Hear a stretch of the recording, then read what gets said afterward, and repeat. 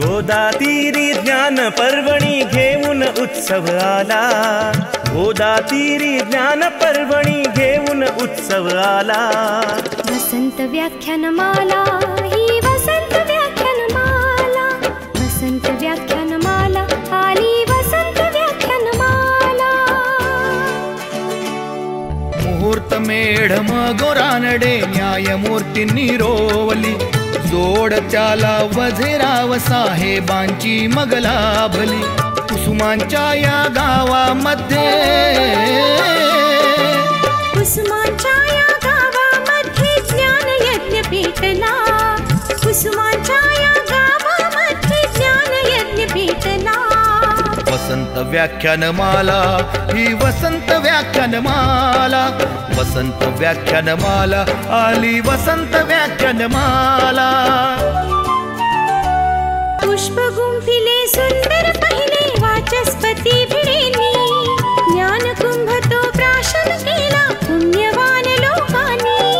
परंपरेला जगद्गुरूंचा,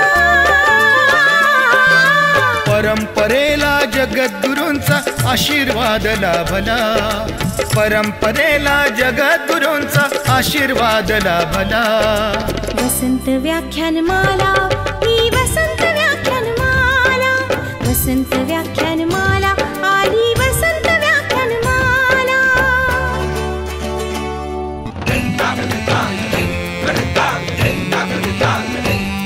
अहो देव मामलेदार पटांगण फुलू फुलू लागले, लोकहिताला शिलेदार ही निस्वार्थी लाभले।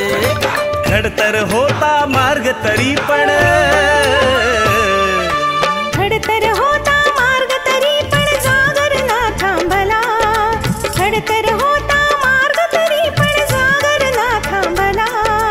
वसंत व्याख्यानमाला ही वसंत व्याख्यानमाला, वसंत व्याख्यानमाला आली वसंत व्याख्यानमाला। गांधी नेहरू सरोजिनी अंधोंडो केशव कर्वे, स्वप्न दिले स्वातंत्र्यवीरांनी स्वतंत्रतेचे नवे। स्वरलतिकेचा स्वरसागर हा, स्वरलतिकेचा स्वरसागर श्री गोदेला भेटला। वसंत व्याख्यानमाला ही वसंत व्याख्यानमाला, वसंत व्याख्यानमाला आली वसंत व्याख्यानमाला।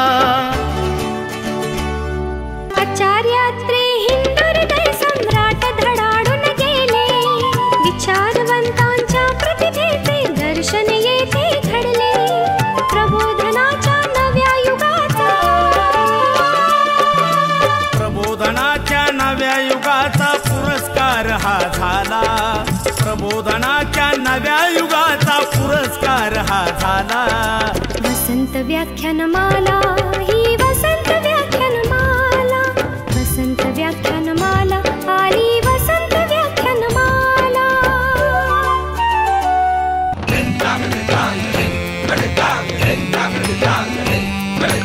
वैभवशाली परंपरेला जतन करूया सारे, ज्ञानामृत हे घेण्यासाठी गोदा काठी या रे।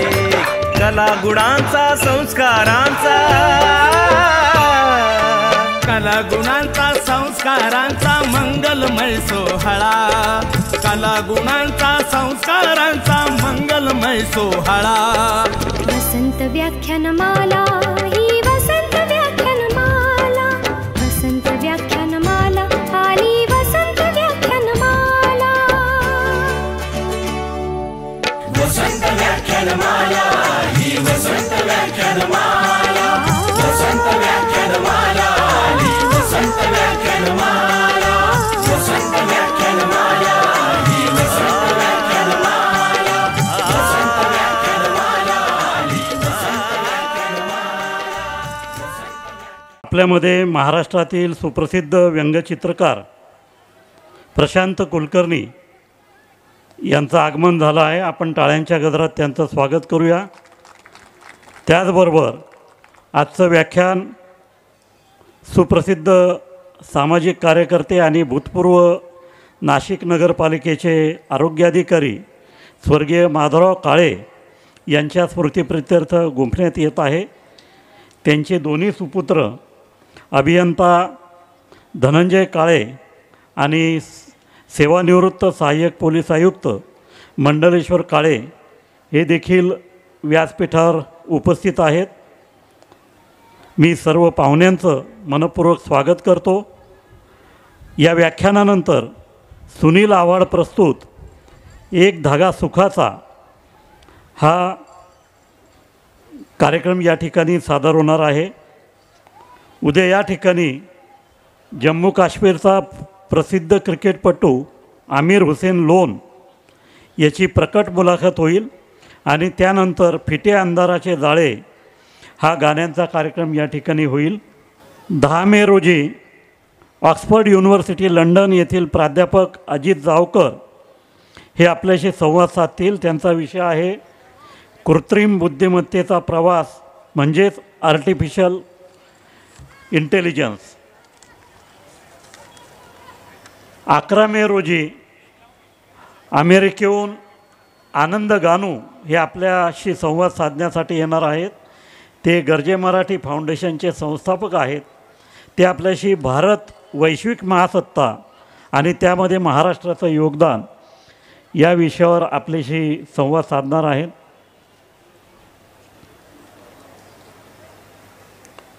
12 मे रोजी लंडन येथील उद्योजक रवींद्र गाडगीळ हे आपल्याशी संवाद साधतील. महाराष्ट्रीयन माणसे स्थानिक छटा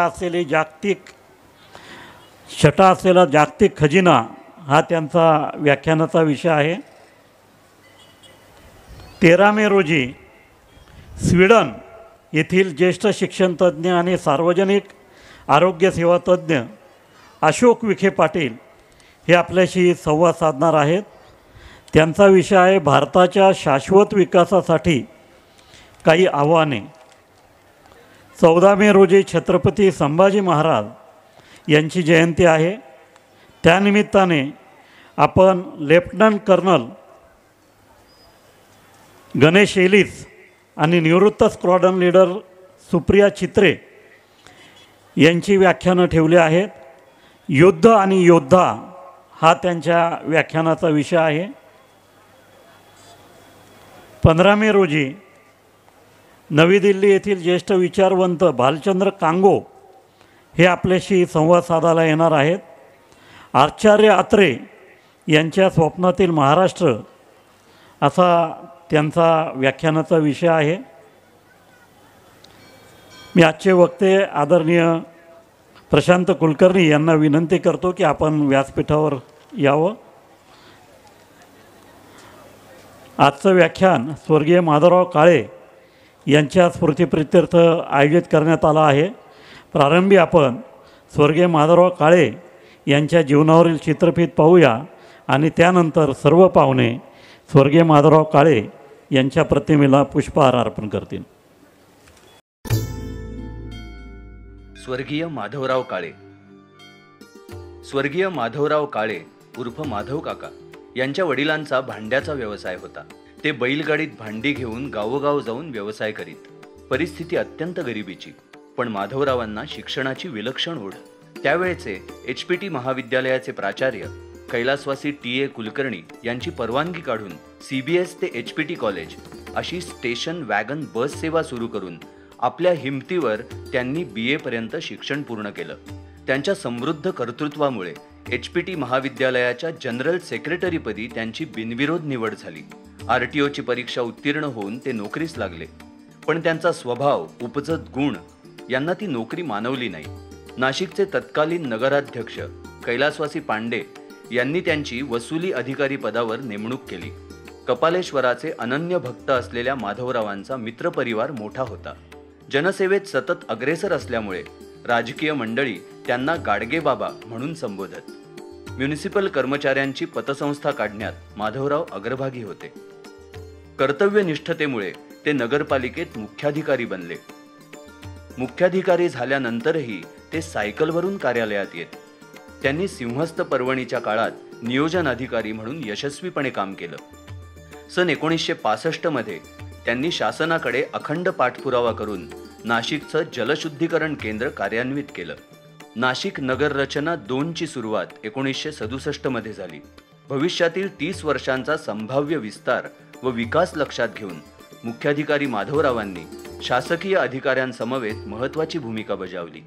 आर्थिक अडचणींमुळे नगरपालिकेला कर्मचाऱ्यांचे पगार वेळेवर करता येणे शक्य न झाल्यास स्वतः माधवराव धनिक मंडळींना विनंती करून उसने पैसे आणत व कर्मचाऱ्यांचे पगार वेळेवर होतील याची काळजी घेत. स्वर्गीय माधवराव काळे यांना वसंत व्याख्यानमाला नाशिकतर्फे विनम्र अभिवादन. पाहुण्यांना विनंती करतो आपण स्वर्गीय माधवराव काळे यांच्या प्रतिमेला पुष्पहार अर्पण करा.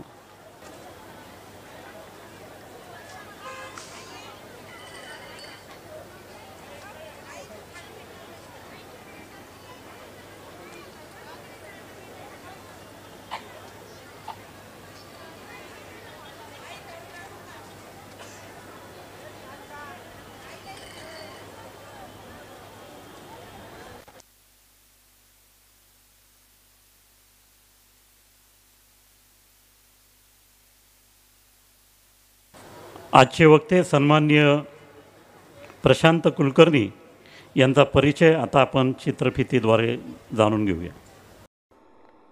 प्रशांत कुलकर्णी हे मराठी व्यंगचित्रकलेतील एक आघाडीचे व्यंगचित्रकार आहेत. गेल्या 40 वर्षात अनेक नियतकालिकातून काढलेल्या त्यांच्या व्यंगचित्रांची संख्या ही 20,000हून अधिक आहे. विविध दिवाळी अंकातून ते दर्जेदार व्यंगचित्र मालिका रेखाटत असतात. लोकसत्ता या दैनिकातून ते काय चाललंय काय या सदराखाली रोजचे पॉकेट कार्टून रेखाटतात. त्यांची अनेक पुस्तके प्रकाशित झाली आहेत. निवडक मराठी व्यंगचित्र हे त्यांचे मराठी व्यंगचित्रकलेचे रूप उलगडून दाखवणारे महत्त्वाचे पुस्तक आहे. ह्याला नाशिकच्या सार्वजनिक वाचनालयाचा पटवर्धन पुरस्कार मिळाला आहे. तसेच महाराष्ट्र शासनाचा वाङ्मय पुरस्कार देखील लाभला आहे. अधांतरी दरबार हा राजकीय आणि सामाजिक विषयांवरच्या व्यंगचित्रांचा संग्रह आहे. सेकंड ओपिनियन हा वैद्यकीय विषयावरील काढलेल्या व्यंगचित्रांचा संग्रह आहे. दिवाळी अंकातून काढलेल्या व्यंगचित्र मालिकांचा किती वाजले हा संग्रह नुकताच प्रकाशित झाला. प्रशांत कुलकर्णी यांनी व्यंगचित्र या विषयावरती अनेक लेख लिहिले असून विद्यापीठातून व्याख्यानेही दिली आहेत. लहान मुलांमध्ये व्यंगचित्रकलेची आवड निर्माण व्हावी म्हणून तयार केलेल्या त्यांचा कार्टून धमाल हा कार्यक्रमही अनेक शाळा संस्था आयोजित करतात. महाविद्यालयीन विद्यार्थ्यांसाठी तसेच पत्रकारांसाठी व्यंगचित्र रसग्रहण कार्यशाळा ही जगभरातल्या व्यंगचित्रांची ओळख करून देणारी त्यांची कार्यशाळा अनेक शैक्षणिक संस्था आयोजित करतात. रिझर्व्ह बँकेवर काढलेल्या त्यांच्या एका व्यंगचित्राला देशपातळीवरील सर्वोत्कृष्ट व्यंगचित्राचा पुरस्कार मिळाला होता. खास रसिकांसाठी तयार केलेला रेषा, भाषा आणि हशा हा त्यांचा कार्यक्रम लोकप्रिय आहे. ह्या कार्यक्रमात विविध विषयांवरील व्यंगचित्र प्रोजेक्टरद्वारे मोठ्या पडद्यावर दाखविली जातात. खुसखुशीत विनोदी कॉमेंट्री, अर्कचित्रांचे डेमॉन्स्ट्रेशन आणि बहारदार नकला ह्यामुळे हा कार्यक्रम दर्जेदार होतो व रसिकांच्या दीर्घकाळ स्मरणात राहतो. बिटवीन द लाईन्स हे त्यांच्या व्यंगचित्रांच्या प्रदर्शनाचे नाव आहे. ह्यात त्यांनी काढलेले अंदाजे 150 व्यंगचित्र रसिकांना पाहायला मिळतात. व्याख्यानमालेचे सहचिटणीस ॲडव्होकेट हेमंत तुपे यांना विनंती करतो आपण प्रशांत कुलकर्णी सरांचं या ठिकाणी स्वागत करावं, सत्कार करावा.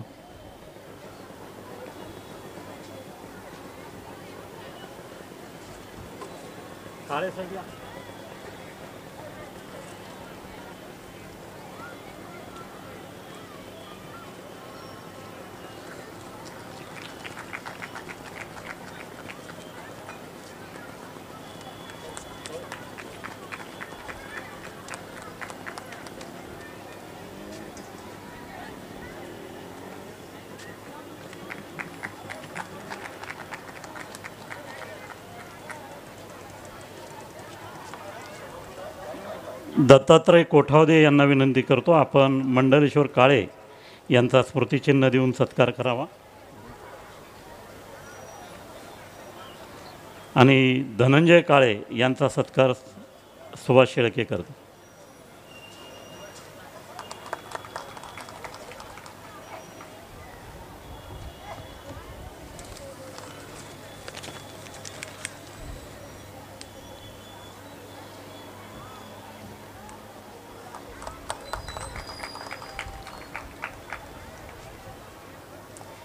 उद्या या ठिकाणी जम्मू काश्मीरचा सुप्रसिद्ध क्रिकेटपटू आमिर हुसेन लोन यांची प्रकट मुलाखत होणार आहे.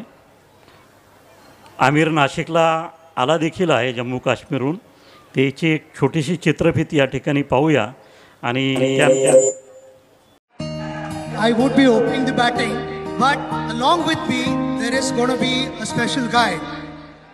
मैं आमिर की बात कर रहा हूँ. कांधे पे सूरज उसकी हिम्मत टिका के चला तू, उसका passion, love for the game हाथों में भर के is unmatched. चला बिजलियां. All of us put together might be able to match his passion. My dream was to make him play the first ball of ISPL. Master blaster Sachin Tendulkar सोबत Indian street premier league मध्ये खेळलेला एक dynamic cricket star, Jammu काश्मीरच्या para cricket संघाचा कर्णधार Aamir Hussain loan. Aamir Hussain loan येत आहे दिनांक 9 मे 2024 रोजी सायंकाळी 7 वाजता आपल्या वसंत व्याख्यानमालेत. स्थळ देव मामलेदार यशवंत महाराज पटांगण, गोदाघाट, पंचवटी, नाशिक. मी सन्मान्य प्रशांत कुलकर्णी यांना विनंती करतो त्यांनी आजच्या पुष्पास प्रारंभ करावा. रेषा, भाषा आणि हशा हा त्यांचा आजचा विषय आहे. त्यानंतर सुनील आव्हाड प्रस्तुत एक धागा सुखाचा हा गाण्यांचा कार्यक्रम होईल आणि त्यामार्फत स्वर्गीय मोहम्मद रफी यांच्या जन्मशताब्दी वर्षानिमित्त आपण त्यांना आदरांजली अर्पण करणार आहोत. धन्यवाद. रेषा, भाषा आणि हशा या माझ्या कार्यक्रमाला आता सुरुवात होत आहे. तुम्हा सर्वांना थोडंसं आश्चर्य वाटलं असेल किंवा कुतूहल वाटलं असेल, कारण व्यंगचित्रांचा कार्यक्रम म्हणजे नेमकं काय याविषयी आपल्या मनामध्ये काही उत्सुकता असणं स्वाभाविक आहे. याचं कारण म्हणजे आपल्या सर्वांना कवितांचे कार्यक्रम माहिती आहेत, गाण्यांचे कार्यक्रम माहिती आहेत, सिनेमा चित्रपट आपल्या अतिपरिचयाचं झालेलं आहेच, चित्रांची प्रदर्शनं पण आपण बघतो. पण व्यंगचित्रांचा कार्यक्रम म्हणजे काय याविषयी कुतूहल असणं स्वाभाविक आहे. याचं एक प्रमुख कारण म्हणजे व्यंगचित्रकला ही अत्यंत दुर्मिळ अशी कला आहे. ती दुर्मिळ अशासाठी आहे की त्याच्यामध्ये 2 कलांचा संगम होतो. एक म्हणजे चित्रकला आणि दुसरं म्हणजे विनोदबुद्धी. ज्याच्याकडे विनोदबुद्धी आणि चित्रकला असेल त्याला व्यंगचित्र सहज सुचू शकतं आणि तो ते काढू शकतो. एक मी तुम्हाला साधं उदाहरण देतो. टाइम्स ऑफ इंडियासारखं भलं मोठं वर्तमानपत्र भारतातलं, त्याच्या मुंबईच्या ऑफिसमध्ये शेकड्यांनी पत्रकार आहेत. 40 ते 50 वेगवेगळ्या पातळीवरचे संपादक आहेत. त्यांच्याकडे 30 ते 40 छायाचित्रकार आहेत. त्यांच्याकडे व्यंगचित्रकार फक्त एकच होता, आर.के. लक्ष्मण त्यांचं नाव. याचं कारणच असं मगाशी म्हटल्याप्रमाणे अत्यंत दुर्मिळ कला आहे. विनोदबुद्धी आणि चित्रकला यांचा संगम ज्या ठिकाणी होतो त्या ठिकाणी व्यंगचित्र जन्माला येतं. आणि व्यंगचित्रकार काम कसा करतो, त्याच्या कोणकोणते विचार येत असतात आणि ते विचार करत असताना कसं व्यंगचित्र साकाराला येतं हे मी आपल्याशी काही शेअर करू इच्छितो. आणखीन घटना त्याच असतात, वर्तमानपत्र सगळेच वाचतात, परंतु व्यंगचित्रकाराला त्याच्यात काहीतरी वेगळं सापडतं आणि तो चित्र रेखाटायला सुरुवात करतो. आणि म्हणूनच आपल्या सगळ्यांना माहिती आहे हे 2024 साल आहे. 2024 साली एक अत्यंत प्रमुख अशी घटना क्रीडा क्षेत्रामध्ये होणार आहे, ते म्हणजे ऑलिम्पिक. आपल्याला माहिती असेल पॅरिसमध्ये यंदाचं ऑलिम्पिक आहे. आणि तर एकेकाळी 2008 साली हेच ऑलिम्पिक हे चीनमध्ये भरलेलं होतं. आणि मी वर्तमानपत्रामध्ये त्याच्या बातम्या वाचत होतो आणि माझ्या असं लक्षात आलं की हे जे त्याची जी सुरुवात आहे त्या ऑलिम्पिकची ती 8 तारखेला होती. 8 ऑगस्ट 2008 ही त्याची तारीख होती. आणि माझ्या लक्षात आहे की ह्याच्यामध्ये सगळे 8 आहेत, म्हणजे तारीख, महिना आणि साल हे सगळे 8 आहेत. आणि असं काय त्याच्यामध्ये गौडबंगाल असेल असं मी विचार करतो आणि माझ्या स्केचबुकमध्ये मी रेखाटत असतो. आणि त्यामुळे मी काय केलं, फक्त पहिलं चित्र मी फक्त केलं आणि त्याच्यामध्ये 8 रेखाटले. 8 रेखाटल्यानंतर मी पुन्हा गिरवायला सुरुवात केली. म्हटलं ठीक आहे, 8 तर तारीख झाली. त्याच्यानंतर पुढचं चित्र म्हणून मी पुन्हा त्याच्या खाली आणखीन एक 8 रेखाटले त्याच्यामध्येच. हा महिना झाला आणि नंतर मग 2008 साल म्हणून आणखीन एकदा मी त्याच्याखाली 8 रेखाटले आणि हे तयार झालं. आणि हेच मी फक्त उलटसुलट करत असताना हा ऑलिम्पिकचा झेंडा झाला. तुमच्या लक्षात आलं असेलच की या चित्राचं झेंड्यामध्ये कसं रूपांतर होईल. म्हणजे चित्र तीच आहे, सगळ्यांनी तेच बघितलेलं आहे, फक्त उलटसुलट केल्यानंतर त्याच्यातून काहीतरी गमतीशीर आणि सत्य सांगणारं चित्र. व्यंगचित्र हे काय आहे, ते चित्र नाही आहे, ते सत्य सांगणारं चित्र आहे आणि त्याच्यामध्ये विनोद आहे. विनोद असल्यामुळे सत्याकडे जास्तीत जास्त जलद जाणारा असा तो मार्ग आहे, तो व्यंगचित्र आहे. रसिको, मला नेहमी असं वाटत असतं की भारताला ऑलिम्पिकमध्ये अधिक पदकं का मिळत नाही. त्याला कारण हे चिन्ह आहे. हे जे 5 गोल आहेत, माझ्या दृष्टीने ती 5 शून्य आहेत. पहिलं जे शून्य आहे ते कुणी तयार केलेलं आहे, तर ते सरकारने तयार केलेलं आहे. कुठल्याही खेळाचा खेळखंडोबा कसा करायचा हे सरकारकडनं शिकावं. त्यांनी निर्माण केलेलं ते पहिलं शून्य आहे. दुसरं जे शून्य आहे ते अर्थातच ॲडमिनिस्ट्रेशन, प्रशासकीय, त्यांनी केलेलं आहे. म्हणजे अडथळ्याची शर्यत यांची वेगळी आणि ऑलिम्पिकमधली वेगळी, अशी ती दुसरं शून्य त्यांचं आहे. तिसरं शून्य कोच किंवा प्रशिक्षक, ते इतक्या खालच्या दर्जाचे बऱ्याच वेळा आपल्याला मिळतात की पदक काय आपल्याला संघही कधी पोचू शकत नाही.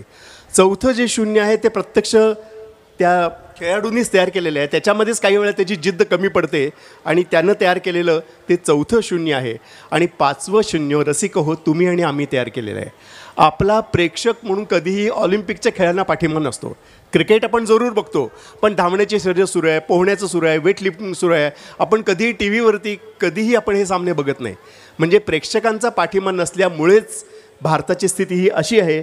माझी खात्री आहे हे 5 चिन्हांचं जर चित्र आपण बदललं तर भारताला येत्या ऑलिम्पिकमध्ये भरपूर पदकं मिळतील. याच नव्हे तर पुढच्याही ऑलिम्पिकमध्ये. थँक्यू. ऑलिम्पिकची चिन्ह जे खेळ बघत असताना मला लक्षात आलं की त्याच्यामध्ये अनेक अशा गोष्टी आहेत की त्या मानवी स्वभावाशी आहेत. उदाहरणार्थ, काही माणसं मला अशी भेटतात की ते म्हणतात की मी कितीही प्रयत्न केलो तरी मला यश येत नाही. तेव्हा माझ्यासमोर हे चित्र येतं. या माणसाने कितीही जरी प्रयत्न केला तरी तो गोळा फेकू शकत नाही, कारण त्याच्या स्वतःच्या व्यक्तिमत्वामध्ये अशी काही बंधनं आहेत की त्याला स्वतःलाच माहिती नाही आहे. त्यामुळे तो नेहमी रडत असतो की मला यश येत नाही, मी एक काम केलं तरी मला यश येत नाही. अशी माणसं भेटल्यानंतर हे चित्र तयार होतं. दुसरं जे चित्र आहे ते अर्थातच काही माणसं अशी असतात की ती प्रत्येक काम स्वतः घ्यायला बघतात. हे काम मी करतो, ते काम मी करतो, हे सगळं काम मीच करतो. आपण म्हणतो रे तू केवढा, तुझी प्रकृती केवढी आहे, ते काम केवढं. आपल्याला काळजी असते त्या माणसाच्या प्रकृतीची आणि त्याशिवाय त्या कामाची सुद्धा आपल्याला काळजी असते. त्यामुळे ह्याचं जे चित्र, पुढचं चित्र आहे ते या पद्धतीनं तयार होईल. त्यामुळं स्वतःला झेपेल एवढीच कामं हातात घ्यावीत माणसाने. तिसरं जे चित्र आहे ना, ते मला अशी माणसं आजूबाजूला भेटतात की ते म्हणतात सगळी कामं मीच केलेली आहेत. ही शाळा, हां इथं मी आहे, ही बँक इथं मी आहे, डायरेक्टर आहे, हा संस्था इथं मी आहे, बोर्डावरती आहे, सगळीकडे मीच आहे आणि हे सगळं जग माझ्यामुळंच चाललेलं आहे असा ते आभास निर्माण करतात. अशी माणसं जेव्हा भेटतात तेव्हा त्यांच्यासमोरचं चित्र हे पुढचं चित्र असतं. यांनी फक्त आभास निर्माण केलेला आहे. प्रत्यक्ष काम वेगळ्याच लोकांनी केलेलं असतं. ती संस्था स्थापन होऊन कितीतरी वर्ष झालेली असतात, ती शाळा स्थापन होऊन 100 वर्ष, तरी ह्यांना वाटतं की आपल्यामुळे सगळं जग चाललेलं आहे. अशा लोकांच्याकडे जेव्हा मी बघतो तेव्हा मला हे चित्र दिसतं. फक्त ॲक्शन करणारी लोकं असतात आपल्या समाजामध्ये, तेव्हा त्यांच्याकडे बघितल्यानंतर हे चित्र आहे. पुढचं चित्र बघूया. आपल्या सगळ्यांना माहिती आहे, मगाशी म्हटल्याप्रमाणे आपण खेळाडूंना प्रोत्साहन देतो ऑलिम्पिकमधल्या. केव्हा? जिंकल्यावर, अगोदर नाही. मल्लेश्वरीसारखी एखादी वेट लिफ्टिंग ती ऑलिम्पिकला जाणार की नाही याच्यावरची महिनाभर चर्चा. अगदी ऐनवेळी तिला सांगितलं की ठीक आहे तुला नाव त्याच्यामध्ये आहे, ती गेली आणि संपूर्ण संघामध्ये ती एकमेव होती की जिनं मेडल मिळवलं. मग अगोदर प्रोत्साहन नाही. आल्यानंतर काय झालं? आल्यानंतर मग मल्लेश्वरीला 10 लाख दे, ह्या 50 लाख दिले, त्यांनी घर दिलं, यांनी बंगला दिला, गाडी दिली, बँक बनवलं, सगळं दिलं. जिंकावं म्हणून प्रोत्साहन नाही. जिंकल्यानंतर आपण काहीतरी त्यांना बक्षीस देतो. अशी माणसं आल्यानंतर आता समोर दिसतंच आहे तुम्हाला, हे खेळाडू आहे, तिच्या गळ्यामध्ये मेडल आहे आणि हे जे मिनिस्टर आहेत ते मिनिस्टर तिला काही रक्कम देते. आणि आपल्याबरोबर हे पण माहिती आहे आपल्याला की या ऑलिम्पिकमध्ये उत्तेजक द्रव्याच्या चाचण्या खूप महत्त्वाच्या असतात. म्हणजे कोणीही समजा डोपिंग टेस्ट म्हणतो आपण त्याला, त्याच्यामध्ये एखादा सापडलं की त्याचं करिअर गेलं म्हणून समजा. त्यामुळे या खेळाडूंना सांगितलेलं असतं की तुम्ही केव्हाही काही खायचं नाही, केव्हाही कुठल्याही वस्तूला स्पर्श करायचा नाही, काही नाही, कोचला सांगायचं काय करू. त्यामुळे प्रत्येक गोष्टीकडे साशंकतेने बघण्याची या सगळ्या खेळाडूंना सवय लागलेली असते. म्हणूनच ही जी रक्कम तिला दिली जाते आहे त्याकडे ती साशंकतेने बघते आहे. त्यावेळी हे मिनिस्टर तिला सांगतायत, काय सांगतायत, छे स्वीकार कराच, उत्तेजक द्रव्य नाही आहे, खेळाडूंना उत्तेजन म्हणून द्रव्य आहे. हे मराठी भाषेचं वैभव आहे. आपण जशी वागवू तशी ती वागते आणि त्यातून आपल्याला अनेक असीम असा आनंद निर्माण करता येतो. रसिको, तंत्रज्ञानामध्ये प्रचंड फरक पडलेला आपल्या सगळ्यांना माहितीच आहे. पुढचं चित्र कसं झालं माहीत आहे, आपल्याला माहिती आहे की पूर्वी फक्त टेस्ट मॅचेस होत्या.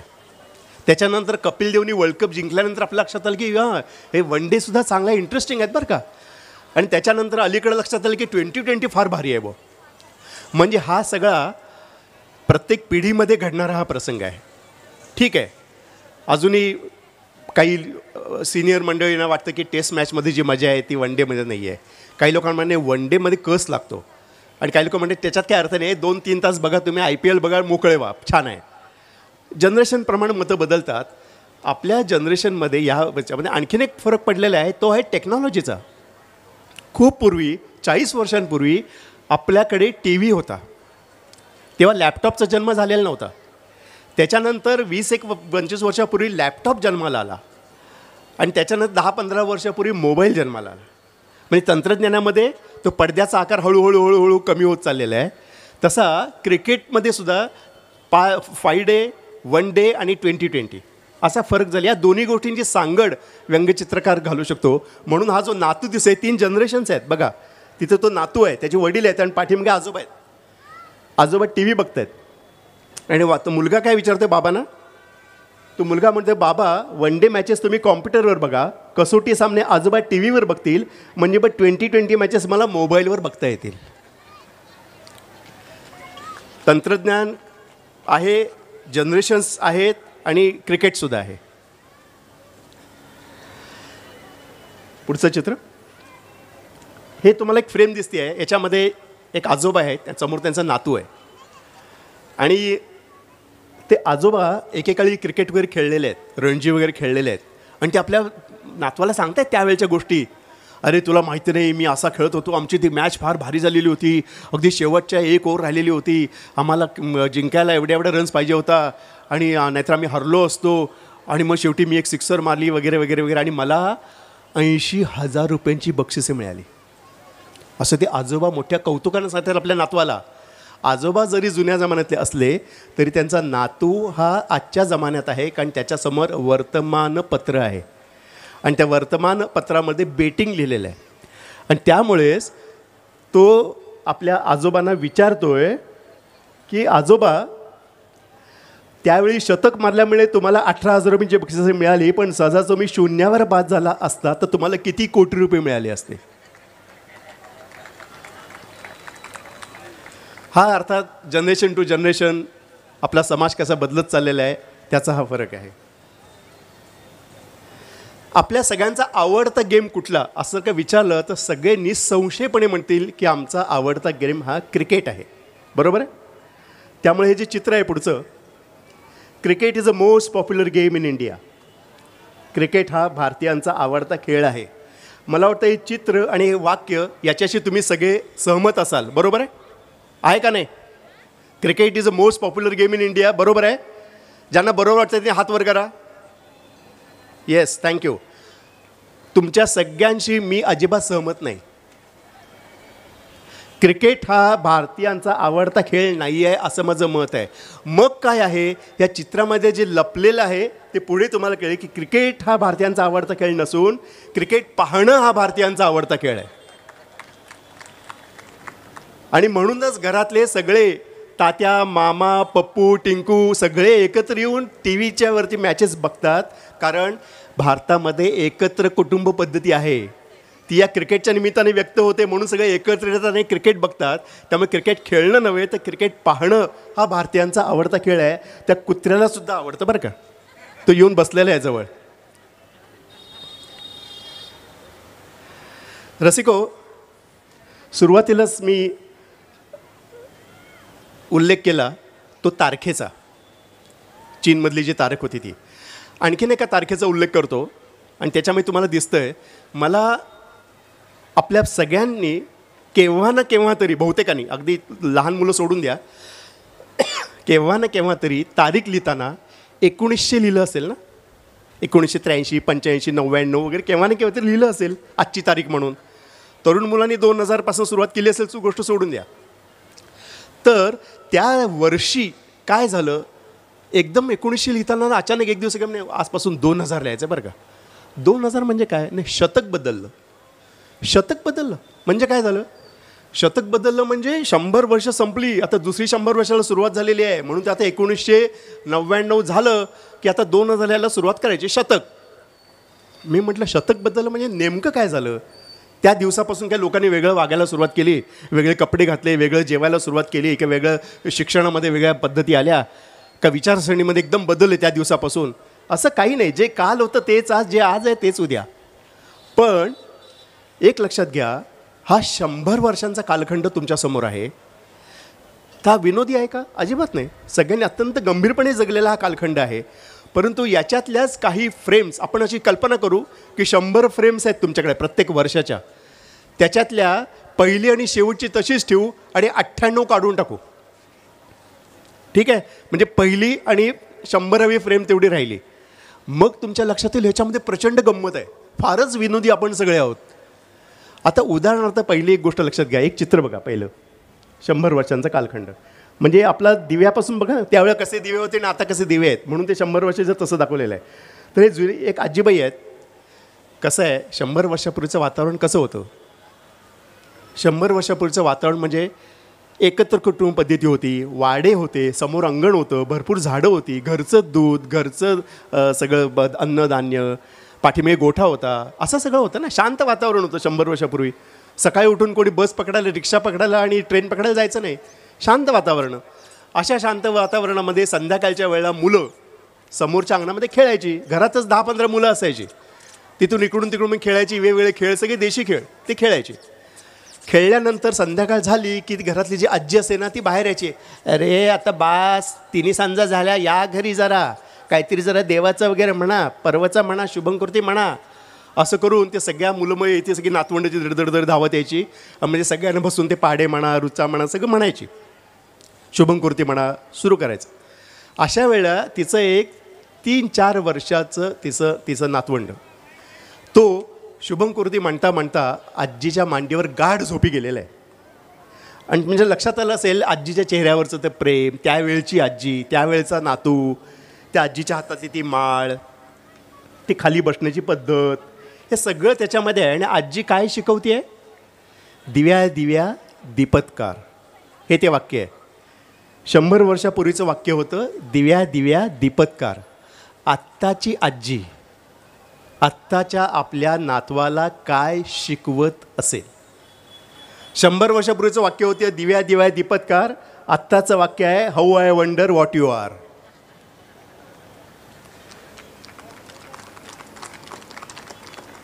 त्यावेळेचा नातू आत्ताही आजीवरती तितकंच प्रेम करतो आणि आजी नातवावरती, म्हणून तर तो आजीच्या जवळ येऊन तो गाढ झोपी गेलेला आहे. त्यावेळेच्या नातवाचे कपडे बघा, आत्ताचे बघा, त्यावेळेच्या आजीची वेशभूषा केशभूषा बघा आणि आत्ताच्या आजीची बघा, किती फरक पडला आहे. बसण्याच्या पद्धती सगळं बदललेलं आहे. हा आपल्या संस्कृतीमध्ये पडलेला फार फरक आहे. आपला समाज हा दिव्या दिव्या दीपत्कारपासून सुरू झाला आणि सध्या how I wonder what you आरपर्यंत आलेला आहे. शिक्षणाच्या पद्धती कशा होत्या. एक शिक्षकी शाळा होत्या. एका वर्गामध्ये कुठे 3रीचं भूगोल सुरू आहे, 4थीचं गणित सुरू आहे, 5वीचं मराठी सुरू आहे, असं सुरू होतं. 8-10 मुलं यायची, टोप्या घालून यायची. दौत, बोरू, टाक, पुस्तीलेखन, पाठांतर, शुद्धलेखन, पाडेपाठ करणं हे सगळं त्यावेळेच्या शिक्षण पद्धतीमध्ये होतं.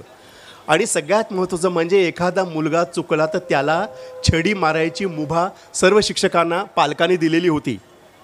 मारा, बडवा त्याला जरा, येईल त्याला असं म्हणून.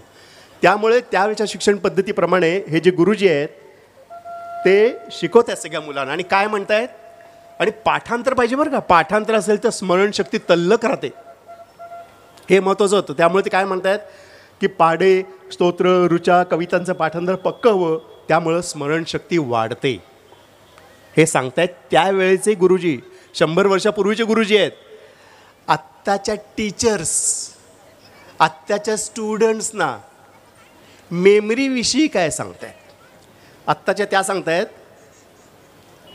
आणि हे सगळं मेमरीत टाका आणि फाईल सेव्ह करा. पाठांतराची भानगडच नाही. त्यावेळेचे शिक्षक, आत्ताचे शिक्षक, त्यावेळेचे स्टुडंट्स, त्यांच्या हाताची असणारी साधनं, दौत बघा. जुन्या 100 वर्षापूर्वी दौत होती, टाक होता, पुस्तकं होती. आता सगळ्यांच्या समोर, प्रत्येकासमोर कॉम्प्युटर आहे. कोणीही त्या काळी रिक्षाने शाळेत जात नव्हतं, कोणीही टाय घालत नव्हतं, कोणालाही युनिफॉर्म नव्हता. अशा या 100 वर्षापूर्वीच्या व्यवस्थेनंच आपल्याला स्वातंत्र्य मिळवून दिलं आहे. आणि याच व्यवस्थेनं आपल्याला अनेक उत्तम कलावंत, उत्तम देशभक्त, उत्तम साहित्यिक, उत्तम शास्त्रज्ञ आणि उत्तम नेते दिलेले आहेत. याच्यापैकी कुणीही इंग्लिश मिडियमला जात नव्हतं, तरीसुद्धा आपलं सगळं व्यवस्थित चाललेलं आहे. हा एक या निमित्तानं आपल्याला शेअर करावं असं वाटलं. तो पुढचं जे चित्र आहे ना ते जरा अजून वेगळं आहे. ते आहे करमणुकीचे साधन. काय होती करमणुकीचे साधन 100 वर्षापूर्वी? संगीत, नाटकं. सिनेमा अजून पसरायचा होता. संगीत नाटकं लोक जायची. बालगंधर्वचं गाणं काय रंगलो भाऊ, पहाटे 4 वाजेपर्यंत, काय असं सगळं त्यावेळेचं वातावरण होतं. कोण जायचं? सगळं सहकुटुंब गेलं आहे का? नाही. घरातला करता सवरता पुरुष जायचा. त्यामुळं घरातल्या करत्या सवरत्याच्या पुरुषाचं हे दृश्य आहे. त्यानं डोक्याला फेटा, अंगात कोट, एका हातात सोटा, पायात कोल्हापुरी चपला असं घालून ते आपल्या बायका मुलांना दरडावतो. तुम्ही गप्प घर झोपा रे, तुम्हाला काय बालगंधर्वांच्या गाण्यातलं कळतंय? हा, झोपा गा, अभ्यास करा रे. त्याच्या त्या आवाजाला घाबरूनच मुलांनी पटापटापटा अभ्यासाची पुस्तकं उघडलेली आहेत. त्यावेळची त्याची बायको ही माझघराच्या आतच आहे, ती आतूनच पाहती आहे. डोक्यावरनं पदर घेऊन ती बघते की यावेळी रात्री एवढे वाजलेले आहेत आणि नवरा आपल्या संगीत नाटकाला चालला आहे, आपण घरी मुलांच्या बरोबर रांधावाडा उष्टीकाडा करत आहोत. हे 100 वर्षापूर्वीच्या बाईच्या मनातले विचार आहेत. ही करमणुकीची साधनं, याचं रूपांतर आणि घरातलं एकंदरीत वातावरण, काय फरक पडला असेल? आत्ताचं वातावरण बघा. ते वडील आहेत, मुलं आहेत. ते वडील म्हणतात मी जातो झोपायला, मला काय ते मायकल जॅक्सनच्या गाण्यातलं काही कळत नाही. ठीक आहे, टी व्ही आला आहे. करमणुकीच्या साधनासाठी कुठे जायला लागत नाही. ती आपणून तुमच्या घरात समोरच्या आपल्या हॉलमध्ये आलेली आहेत. ती सर्वांसाठी उपलब्ध आहेत. आणि 100 वर्षापूर्वी जी बाई माझघराच्या आतमध्ये होती ती आता गाऊन घालून बाहेरच्या कॉटवर येऊन बसून मायकल जॅक्सनचा डान्स बघते. मुलांचं अजिबात आपल्या वडिलांच्या आवाजाकडे लक्ष नाही आणि ती आनंदाने लोळत टी व्ही बघत आहेत. आणि सगळ्यात महत्त्वाचं स्थित्यंतर जे झालेलं आहे या घरातल्या करत्या सवरत्याच्या पुरुषाचं. 100 वर्षापूर्वी त्याच्या आवाजामध्ये जो दरारा होता, आता त्याच्या आवाजाकडे कोणी ढुंकून लक्ष देत नाही. मला वाटतं इथं असलेले सगळे पुरुष या गोष्टीला मान्यता देतील, कारण सगळ्या इथं असलेल्या सगळ्या उपस्थित महिला खुदू हसत आहेत की त्यांना माहिती आपल्या नवऱ्याचं काय झालेलं आहे घरात, त्याच्या आवाजाला काही किंमत राहिलेली नाही आहे. जेवणाच्या पद्धती कशा होत्या? जेवणाच्या पद्धती 100 वर्षापूर्वी मोठ्या मोठ्या पंक्ती, बसायला पाट, टेकायला पाट, समोर केळीचं पान, पानामध्ये असंख्य पदार्थ, चटणी, कोशिंबरी, आमटी, काय विचारू नका. भाताच्या मुदी वाढलेल्या आहेत, मसाले भात आहे, सगळं आहे. आजूबाजूला उदबत्त्या लावलेल्या आहेत, हे आहे तांब्या भांडं ठेवलेलं आहे पाणी प्यायला, सगळं आहे त्याच्यामध्ये. आणि सगळ्यात महत्त्वाचं म्हणजे त्यावेळेला लोक शर्ट काढून वगैरे जेवायला बसायची. आणि त्यावेळेला ते महत्त्वाचा शब्द होता तो म्हणजे आग्रह. आलेल्या माणसाला आग्रह करायचा भरपूर. इतका आग्रह करायचं त्यानं पानात टाकलं पाहिजे. त्यानं पानात टाकलं म्हणजे भरपूर आग्रह झाला, हे त्यावेळची समजूत होती. आणि त्यामुळे हे जे गृहस्थ म्हणतायत, बघा केळीचं पान, पानावरती रांगोळी आहे, ताटं 2 वाट्या आहेत, अगरबत्ती आहे, बसायला पाठ, टेकायला पाठ, उघडा बसलेले आहे ते गृहस्थ, तांब्या भांडा आहे, सगळं आहे 100 वर्षापूर्वीचं. आणि ते सांगतायत अहो पुरे फार झालं, अक्षरशः उठून उभं राहता येत नाही आहे. कुणाला सांगतायत? कुणाला सांगतायत ते उठून उभं राहता येत नाही? हे ते कुणाला सांगतायत? ते सांगतायत आजच्या माणसाला. आणि म्हणून आजचा माणूस म्हणतो का म्हणून तर आम्ही उभ्याने जेवतो.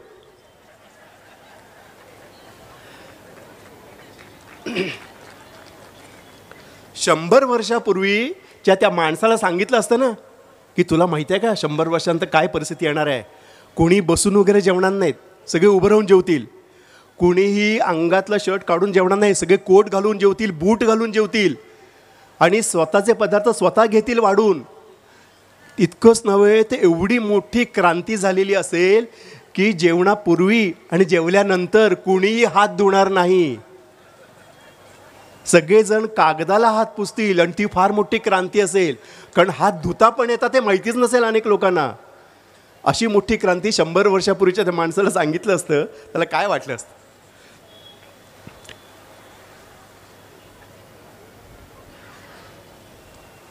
समाजव्यवस्था कशी होती? वडील आणि मुलगा यांच्यामध्ये काय संबंध होते? स्वातंत्र्य मिळायचं होतं, पण स्वातंत्र्य मिळवण्याची आकांक्षा अनेकांच्या मनामध्ये होती. त्यामुळेच त्या काळी परदेशी जायचं, विलायतेला म्हणजे इंग्लंडला जायचं, शिक्षण घ्यायचं आणि भारतात परत यायचं. अशा वेळी त्यावेळेचा मुलगा आपल्या वडिलांच्याकडे परवानगी मागतोय की मला परदेशी जाऊ द्या, मला बॅरिस्टर व्हायचं आहे. आणि त्याचे त्यावेळेचे वडील जे होते ते सांगतायत स्वातंत्र्य मिळवण्यासाठी अवश्य विलायतेला जा, बॅरिस्टर हो, पुन्हा इकडे इथल्या क्रांतिकारकांचे खटले लढ कोर्टामध्ये, कारण आपल्याला स्वातंत्र्य मिळवायचं आहे. स्वातंत्र्य हा फार मोठा शब्द होता त्या काळात. स्वातंत्र्य मिळवायचं ही फार मोठी आकांक्षा अनेकांच्या मनामध्ये होती. त्यावेळेचे वडील आणि त्यावेळेचा मुलगा यांच्यामध्ये पर्सनॅलिटीमध्ये फरक आहे. वडिलांच्या डोक्यावरती पगडी आहे, मुलाच्या डोक्यावरती टोपी आहे, काळी टोपी आहे. मुलांना कोट घातला आहे, वडिलांच्या हे अंगरखा बघा, धोतर नेसलेले आहेत, त्यांची खुर्ची याची खुर्ची, फरक आहे.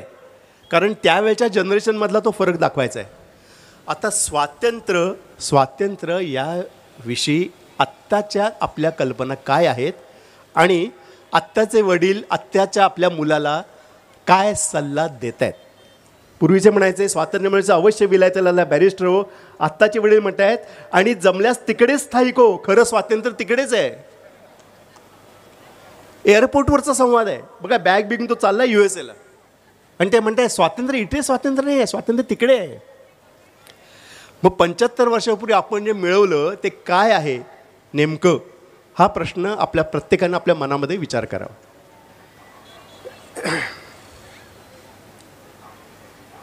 शिक्षण हा फार मोठा विषय आहे बरं का. एकही वर्तमानपत्र असं नाही की ज्याच्यामध्ये शिक्षणाविषयीच्या काही बातम्याच नाही आहेत. शिक्षकांचा संप असतो, पेपरफुटी असते, निकाल असतात, ॲडमिशनचे घोटाळे असतात, शिक्षण मंत्र्यांचं काहीतरी असतं, नवीन शिक्षण योजना असते, पॉलिसी सगळं असतं. शिक्षण महत्त्वाचा विषय ठरलेला आहे आणि तो बऱ्याच वेळा फ्रंट पेजवरती येतो. या शिक्षणाच्या निमित्तानं काय काय आहे ते आपण जरा बघूया. क्लास, पहिली गोष्ट म्हणजे क्लास झालेले आहेत आणि मुलांना इतकं क्लासला जातात ना, ती मुलं कंटाळून गेलेली असतात.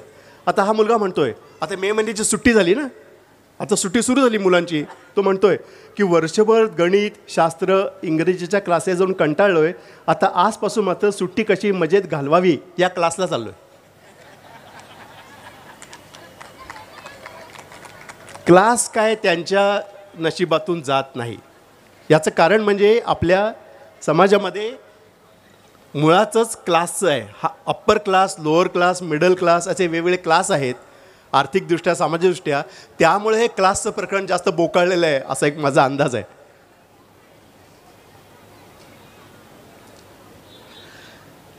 शिक्षण म्हटल्यानंतर खिचडी आलीच म्हणून ते म्हणतायत, मुलं म्हणतायत माझी खात्री आहे दप्तराचं ओझं आपल्याला नीट उचलता यावं म्हणूनच आपल्यासाठी शाळेत रोज आहार सुरू केलेला आहे. तुम्ही खिचडी खा आणि ते वजनदार दप्तर उचला, एवढाच त्यातला संदेश आहे. 12वी म्हणून 2 क्लास लावलेत. एक क्लास प्रश्नपत्रिका देईल आणि दुसरा ते सोडवून देईल. ही मुलं ना सारखी कुठेतरी जात असतात 12वीची मुलं या क्लासनं आलो त्या क्लासला चालला, सायकलवरून सारखे इकडून तिकडे जात असतात. याचं कारणच आहे एकाने प्रश्नपत्रिका द्यायची आणि दुसऱ्याने ती सोडवून द्यायची, एवढंच आहे. त्यामुळं 12वी म्हणून 2 क्लास लावलेले आहेत. एक क्लास प्रश्नपत्रिका देईल, दुसरा ती सोडवून देईल. मार्क्सवाद हा फार मोठा आहे. तो विचारतायत शिक्षक, सांग बघू मार्क्सचा जन्म कुठे झाला? तो म्हणतो ज्युनियर केजीत. तो कम्युनिझमवाला मार्क्स कोणाला माहिती नाही आहे. आपला जो आहे तो आपला मार्क्सवाद वेगळाच आहे. शाळेतला प्रसंग आहे, तुम्हाला सांगतो, माझ्यासमोर घडलेला आहे. तिमाही परीक्षा झाल्यानंतर एक आई आपल्या मुलाच्या रिझल्टविषयी वर्ग शिक्षिकेची भांडत होती. काय म्हणत होती ती? अहो असं कसं तुम्ही प्रणवला एवढे मार्क कमी कसे दिलेत तुम्ही? म्हणजे त्याला 95.6च कसे काय? कारण ते अनुला तुम्ही 1 मार्क जास्त दिला आहे तिथे, हे बरोबर नाही ना. मग त्या मुलांच्या मनावरती परिणाम होतो आणि पुढे करिअर वगैरे सगळं भयंकर, मग त्याच्या मनावरती एवढे वाईट परिणाम होतील. हे सगळं कुठले संवाद? ज्युनियर केजीत तिमाही परीक्षेमध्ये अर्धा मार्क कमी पडला म्हणून ती बाई आपल्या शिक्षिकेची ती आई वादावादी करते आहे. म्हणून ह्याला म्हटलं हा मार्क्सवाद आहे, हा नवा मार्क्सवाद आहे, बाकी काही नाही. म्हणून तो म्हणतो ज्युनियर केजीतच त्याचा जन्म झालेला आहे. 2 प्रकारचे क्लासेस आपल्या समाजामध्ये आहेत. एक आहे यश क्लासेस आणि एक आहे विद्या क्लासेस. विद्या क्लासेस काय करतं? वर्षभर जुन्या प्रश्नपत्रिका सोडवून घेऊ, फी 100 रुपये. आणि यश क्लासेस काय म्हणतं? फक्त आदल्या दिवशी उद्याच्या प्रश्नपत्रिका सोडवून देऊ, फी 10,000 रुपये. प्रश्न इतकाच आहे, त्याचे उत्तर मला देऊ नका. तुम्ही तुमच्या मुलाला कुठल्या क्लासला घालाल? यश क्लासेसला घालाल का विद्या क्लासला घालाल? एवढाच प्रश्न आहे. उत्तर देऊ नका, तुमच्या मनामध्ये त्याचं उत्तर आहे. आणखीन एक गोष्ट आपल्या समाजामध्ये जी क्रांती झालेली आहे ना, ती आहे कॉम्प्युटरची. म्हणजे आपल्या सगळ्यांना माहिती आहे की कॉम्प्युटरमुळे इतकं जगामध्ये उलथापालथ रोज होती आहे, रोज, की त्याच्यातलीच ही काही कार्टून्स आहेत की अली कुठल्याही मुलाला तुम्ही विचारा, तू काय करतोस? तो म्हणतो मी कॉम्प्युटर्स करतो आहे. कॉम्प्युटर्स म्हणजे नेमकं काय हे काही सांगत नाहीत, कॉम्प्युटर्स करतो. बरं ठीक आहे. मग ते आजोबा विचारतात की तुला किती झालं का, रिझल्ट लागला का? हो लागला ना. किती मिळाले? तो मार्कशीट दाखवतोय त्याची. कॉम्प्युटर सायन्सचा त्याला 100 पैकी 1 मार्क मिळाला आहे, 1. आणि तो म्हणतोय, आजोबा म्हणतो अरे काय आहे 1 मार्क? तो म्हणतो हो, कारण कॉम्प्युटरची भाषाच मुळे 1 आणि 0 बनलेली असते, ज्याला आपण बायनरी लँग्वेज म्हणतो. म्हणून अशा प्रकारचे मार्क्स मिळतात असं तो आपल्या आजोबांना समजावून सांगतोय. या जनरेशनली की या कॅटेगरीमधली जी मुलं असतात त्यांना वाटतं आमच्या आजोबांना काय येत नाही रे. मी त्यांना विचारलं माहिती आहे ना की तुम्हाला मॉनिटर म्हणजे काय माहिती आहे का? ते म्हणाले हो, मी 3रीत असताना मी मॉनिटर होतो, असं ते म्हणाले. त्यावरून ह्या जनरेशनला काय माहिती नाही रे, ओल्ड जनरेशन ना, त्यांना ते कॉम्प्युटर मॉनिटर वगैरे काय माहिती नाही. ते कीबोर्डला ना, मी त्यांना विचारलं कीबोर्ड माहिती आहे का? तर ते बोलले हो, आपण किल्ले अडकवतो ना, तो आपला कीबोर्ड आहे. त्यामुळे त्यांना नाही काय हे जमत. प्रत्यक्षात आजोबांना जे कळायचं ते तर कळून चुकलेलं आहे. हा कॉम्प्युटर हा जीव आहे बरं का, कारण तो आजारी पडतो, त्याला व्हायरस वगैरे इन्फेक्शन होतं आणि मग धावपळ होते. घरातल्या माणसाला व्हायरस काय नाही, क्रोसिन घे बरं वाटेल म्हणतो आपण. कॉम्प्युटरने व्हायरस गेलं की पहिलं फोन करा, मग तो टाय लावलेला मुलगा येणार, तो दुरुस्त करणार, तासभर खोलणार, सगळं जाणार. आणि शेवटी तो काय म्हणतो, काळजीचं काही कारण नाही, मी आता अँटीव्हायरस दिलं, शक्यतो बाहेरच्या CDs पेनड्राईव्ह वगैरे वापरू नका, 1500 रुपये. हे त्याची ही मेडिकलची फी आहे, कारण त्यानं तपासलेलं आहे त्या कॉम्प्युटरला कुठे काय झालेलं आहे ते, विदाऊट स्टेटोस्कोप. छोट्या छोट्या गोष्टीसाठी कॉम्प्युटर वापरणे अत्यंत चुकीचं आहे. म्हणूनच त्या मुलीला तिचे वडील ओरडत आहेत, काय हे 7-8 जर किती हे बघण्यासाठी कॉम्प्युटर? अगं तुझ्या वयाचे असताना आम्ही झटपट कॅल्क्युलेटरवरती उत्तर काढायचो. पाढे तेव्हाही पाठ नव्हतेच. म्हणजे आमचा आशू आहे ना, इतका त्याला कॉम्प्युटरचं फार आहे माहिती आहे, तो खूप येतं त्याला कॉम्प्युटरवरती, आणि सारखा कॉम्प्युटरवरती बसले असते. आणि मी त्याला म्हणते की एकसारखं तो कॉम्प्युटरवरती अभ्यास करत बसू नको, कारण ना मी एके ठिकाणी वाचलं आहे की मैदानी खेळ खेळावेत. म्हणून मी आशूला सांगितलेलं की कॉम्प्युटरवरचे मैदानी खेळ खेळ. कॉम्प्युटरवरचं क्रिकेट, कॉम्प्युटरवरचं फुटबॉल हे सगळं नाही ना, तर मैदानी खेळ आहेत, प्रकृती चांगली राहते. म्हणून मी त्याला सांगितलेलं की तो कॉम्प्युटरवरचे मैदानी खेळ खेळत जा आणि खूप चांगले असतात हे मैदानी खेळ. म्हणजे आपण काही पडत नाही, काही लागत नाही, घामबीम काही येत नाही, असं छान असतं एकदम. आणि AC लावायचं आणि मैदानी खेळ खेळत बसायचे भरपूर. परवा त्यांना सचिन तेंडुलकरचं रेकॉर्ड मोडलं त्याने या मैदानी खेळामध्ये. किती छान आहे. आमचा आशू भयंकर हुशार आहे, सारखा कॉम्प्युटरवरती असतो. एक प्रश्न हा पुढची जनरेशन विचारणार आहे आणखीन काही 10-15 वर्षांनी. त्याचं उत्तर काय द्यायचं ते तयार ठेवा. ती म्हणजे आई हस्ताक्षर म्हणजे काय, हा प्रश्न विचारणार आहे. आणि आपण समजावून सांगण्याचा प्रयत्न केला. हस्ताक्षर अगं काय असायचं पूर्वी, म्हणजे खूप पूर्वी, की आम्ही ना ते पेन असतं ना, पेन माहीत होतं, पेनड्राईव्ह नव्हे, साधं पेन असतं किंवा पेन्सिल असते, ती आपलं करतो ती नव्हे, त्याला टोक काढायचं असतं, त्याला शाई भरायची असतं, पेन असतं ते पूर्वी असायचं. त्यांनी ना असं कागदावरती आम्ही लिहायचो असं, त्याला ना मग प्रत्येकाचं वेगवेगळं असायचं ना, त्याला हस्ताक्षर असं मी म्हणायचो. मग ती मुलगी अशी 10 वर्षांची म्हणेल, तुमच्या वेळी हाताने लिहायचे सुद्धा? असा प्रश्न, ही परिस्थिती उद्भवणार आहे. लक्षात घ्या. 10 वर्षानंतर काय उत्तर द्यायचं तुमचं तुम्ही ठरवा. आपला समाज बदलत चाललेला आहे. काही गोष्टी इतक्या पर्सनल असतात ना, तरी आपण त्याची जाहीरपणे चर्चा करतो. म्हणजे उदाहरणार्थ काय, आता सगळे आपण हेल्थ कॉन्शियस झालेलो आहोत. हेल्थ कॉन्शियस म्हणजे काय, तर स्वतःच्या आरोग्याची काळजी. ह्याची पहिली सुरुवात वजनापासून होते. वजन म्हणजे कुठल्याही आयला काय सुनिया काय काय खातोच काय तू, एवढं सुटलाय, फार भारीच झालं तुझं, किती होतं आता, 85 क्रॉस केलं का, असे ऐकू येतात आवाज. किंवा काय बारीक झाली आहेस तू, काय डायटिंग आहे, असे संवाद. म्हणजे याचा अर्थ काय, दोन्हीकडे वजनाविषयी चर्चा आहे. पण वजन हा प्रत्येकाचा वैयक्तिक गोष्ट आहे, ती त्याच्याविषयी जाहीरपणे चर्चा कशाला करायची. म्हणून मी बोलतच नाही आहे. ही सगळी जी पुढची कार्टून्स आहेत ना वजनाविषयीची, ही सगळी वर्डलेस आहेत. त्याचं कारणच ते आहे. पहिलं,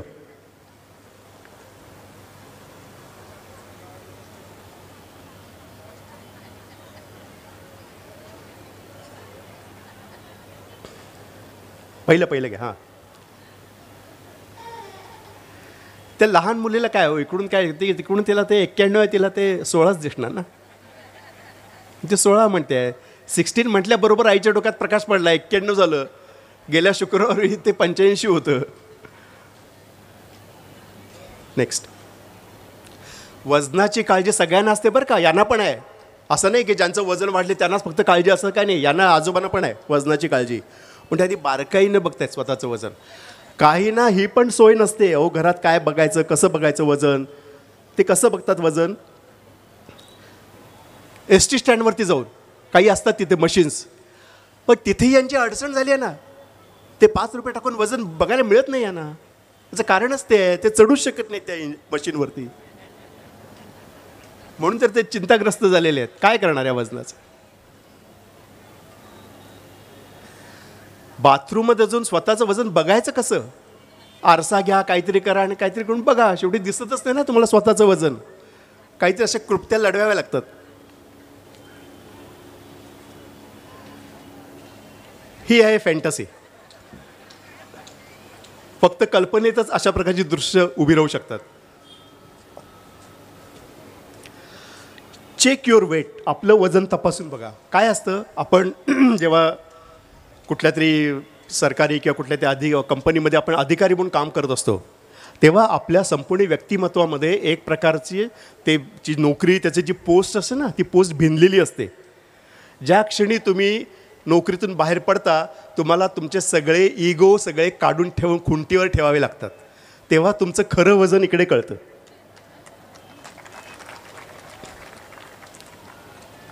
पूर्वीचं मान मराब त्या एकदम, हां काय रे वेळेवर ऐक, ऑफिसला का नाही, काय झालं, हो त्याला बघा जरा, असा आवाज, अरे काय चाललंय तुझं आता, असा येऊन पोचतो. ते इथे ही अशी अवस्था आहे. ही अत्यंत आध्यात्मिक उच्च पातळीला जे लोक पोचतात त्यांच्या नशिबामध्ये ते प्रयत्नपूर्वक करतात. नशिबाचा भाग नाही आहे, प्रयत्नपूर्वक अशी ही कला ते साध्य करू शकतात की त्यांना तरंगतात. ते असू शकतात. काही शेकडो कोटींमध्ये एखादा माणूस असू शकेल, आपल्याला माहिती नाही आहे साधनेमुळे निर्माण झालेला, पण आणखीन एक साधना आहे ती आम्हाला सगळ्यांना सहज साध्य करता येईल. परंतु माझी तुम्हाला विनंती आहे की तुम्ही ते अजिबात त्या नादाला लागू नका. त्या साधनेचं चित्र म्हणजे पुढचं आहे की तुमचं स्वतःचं वजन बघण्यासाठी तुम्हाला 2-2 काटे कधी लागू नयेत, हीच माझी इच्छा आहे. त्यामुळं स्वतःचं वजन आटोक्यात ठेवा, उत्तम आहार घ्या आणि उत्तम आनंदात हसा. रोज एक तरी व्यंगचित्र बघा, म्हणजे तुमचा हसू निर्माण होईल तुमच्या व्यक्तिमत्वामध्ये. तयांचे कैसे बोलणे एक वेगळा मी प्रयोग केला होता एका दिवाळी अंकासाठी, की चित्र काढत असताना तुम्हाला माहिती असेल काही वेळेला की तो माणूस आम्ही काढतो आणि माणूस काढल्यानंतर तो जे बोललेला आहे ते आम्ही एका वरच्या बलूनमध्ये दाखवतो, फुग्यामध्ये. त्यात ते ओळी येतात. मग इकडचा माणूस हा काय म्हणाला ते त्याच्या बलूनमध्ये येईल. तर असं ही पद्धत आहे जगभरातली. म्हणजे आपल्याला कळतं की ही वाक्य याची आहेत, ती वाक्य याची आहेत. मी असा विचार करत होतो की त्या बलूनलाच एखादे व्यक्तिमत्व दिलं तर काय होईल, मजा येईल. म्हणजे नुसतं आतमध्ये शब्द नाहीत काही, नुसत्या बलूनप्रमाणे त्या माणसाचा स्वभाव कळला पाहिजे की तो माणूस कोण आहे काय कळलं पाहिजे, नुसत्या बलूनप्रमाणे. असा मी एक प्रयोग केला, बघूया आपण किती एन्जॉय करता ते. काही माणसांना अघळपघळ बोलणारी माणसं असतात. अगं तुला माहिती आहे का त्या तू लग्नाला का नाही आलो सगळं, त्या दिवशी ती ही शालिनी मला भेटली ना, तुला तिच्या भावाचं कळलं ना काय झालं ते, आणि अगं त्या दिवशी आम्ही ना नाशिकला गेलो. किती विषय आहेत पहिल्या 5 वाक्यामध्ये. कसं हे सगळं तो बलून एवढा पुरतच नाही, तो इतका असा जातो ना की समोरच्या माणसासाठी त्या बलूनसाठी जागाच राहत नाही. ही स्वतःच बोलत असं सगळं, आणि काय बोलते आणि काय म्हणून सगळी जी काही जागा आहे ना, या अघळपघळ बोलणाऱ्या माणसांची अशी बलून्स असतात, हे बलून्स. पुढचं, काही माणसं कोड्यात बोलतात. कोड्यात बोलणाऱ्या माणसांचा जो बलून आहे ना तो असा असतो. पण त्यापेक्षा मी म्हणतो की आपण नको, तसं नकोच, त्यापेक्षा आपण असं करूया. म्हणजे काय, असं का तसं का, असे कोड्यात बोलणारी माणसं असतात. त्यांच्या बलूनमध्ये शब्दकोडीच तयार असतात, सांगा बघू वगैरे. ही म्हणजे अगम्य म्हणजे फाळलेले अशा प्रकारचे आवाज यायला सुरुवात झाले त्या मुलाकडून आणि त्याच्या आईकडून, की समजायचं की असा बलून आपोआप तयार झालेला आहे. मग तो ते बाळी म्हणतो हा भूक लागली, हो देते असं. त्यांचा बलून हा असा असतो. ऑफिसमध्ये अतिशय उच्चस्थानी बसलेली माणसं असतात ना, फार कमी बोलतात, कारण त्यांच्या मनामध्ये असंख्य विषय असतात. तुम्ही एखादं प्रपोजल घेऊन एखादा कागद घेऊन त्यांच्यासमोर जाताना तेव्हा ते एवढंच म्हणतात, अच्छा हां ओके बरं ठीक आहे हां हां हां हां. त्यामुळे त्यांचे बलून असे तुटकच असतात. काही म्हणजे अखंड एकही बलून नाही, सगळे तुटलेले बलून्स कसे तरी जोडलेले वगैरे. काही टी व्ही चॅनल्सवरची अशा प्रकारची बोलणारी माणसं आहेत. आपके आत्मा का और परमात्मा का जो संबंध है, अशी वाक्य आली ना की मला त्या बलूनला एक रांगोळी काढावीशी वाटते. रांगोळी काढावं, ते बलूनला तसंच काढलेलं आहे, रांगोळी काढली त्या बलूनला, म्हणजे ते बरोबर त्याला मॅच होईल त्या पर्सनॅलिटीला तो बलून. काही माणसं इंग्रजी आणि मराठी दोन्ही एकदम बोलतात. अरे तुला अशोकचं कळलं का, last time I met Ashok, तो बेंगलोरला गेला होता, सो आय टोल्ड हिम की you go and meet Wankhede over there, पण तो वानखेडेकडे गेलाच नाही. You know what is the reason. अरे तू इंग्लिश बोलतोयस का मराठी बोलतोयस, एक कुठल्या तरी एका भाषेमध्ये बोल. ही लोक जेव्हा असं अर्ध मराठी अर्ध इंग्लिश करतात ना, तेव्हा त्यांचा बलून असं आणि ए निर्माण झालेला असतो.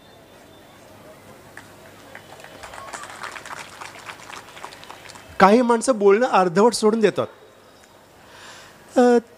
त्यापेक्षा मला असं वाटतं की आपण संपलं, पुढे काही नाही, एवढंच म्हणून ते तुटक त्याला काय म्हणायचं असतं पुढे, पण ते बोलतच नाहीत पुढे, तेवढ्यावरतीच राहतं ते सगळं. काही समोरच्या माणसानं बोललेलं वाक्य हे स्वतः बोलतात की म्हणजे अगं मी शालिनीला भेटलीस तू, हो, आणि ती मला म्हणाली काय म्हणाले तुला, ती म्हणाली ना की तिचा भाऊ आहे ना आता बेंगलोरला गेला. हो तो भाऊ तुझा बेंगलोरला गेला. सेम टू सेम रिपीट असतं वाक्य, प्रत्येक वाक्य रिपीट, समोरचा माणूस बोलताना तेच ही रिपीट करत असते. अशा माणसांचे बोलून हे असे असतात की वाक्य तिनं म्हटलंय का हिनं म्हटलंय कळत नाही आपल्याला कुणाचं वाक्य आहे नेमकं. जहाल वक्तव्य करणारी जी लोक असतात आपल्या आजूबाजूला प्रचंड निर्माण झालेली आहेत. जहाल वक्तव्य, जेवढ्या जास्त आगी लागतील तेवढं आपल्याला मतं मिळतील अशी त्यांची काहींची समजूत असते.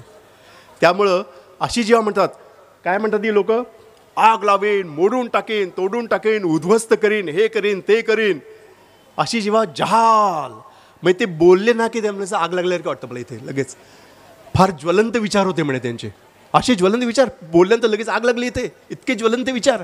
बापरे, आम्ही जरा ते जाताना ते फायर ब्रिगेडचं ते घेऊनच जावं, ते बोलले की लगेच फुसफुस कधी विझवून टाकावं, इतके ज्वलंत विचार परवडत नाही तो आपल्याला.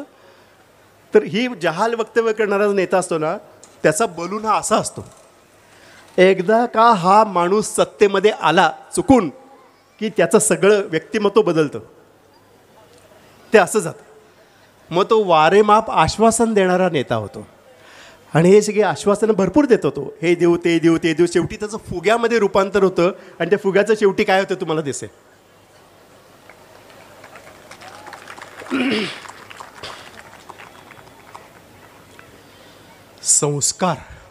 संस्कार खूप महत्त्वाचे आहेत.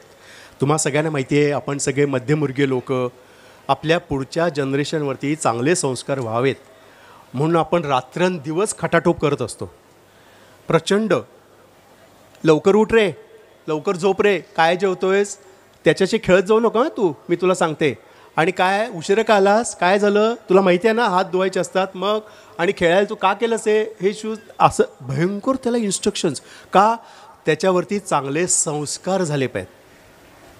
रोज असे एवढे संस्कार भारतभर होत असतात हे मध्यमवर्गामध्ये की ते संस्कार ना असे हळूहळू त्याचं प्रदूषण तयार होतं, असे ढग तयार होतात संस्कारांचे, आणि ते असे वरती जातात सगळे ढग भारतभरावरती. संध्याकाळी वरच्या वेळ बघाल ना तुम्ही, सगळे असे संस्कारांचे असे ढग असतात.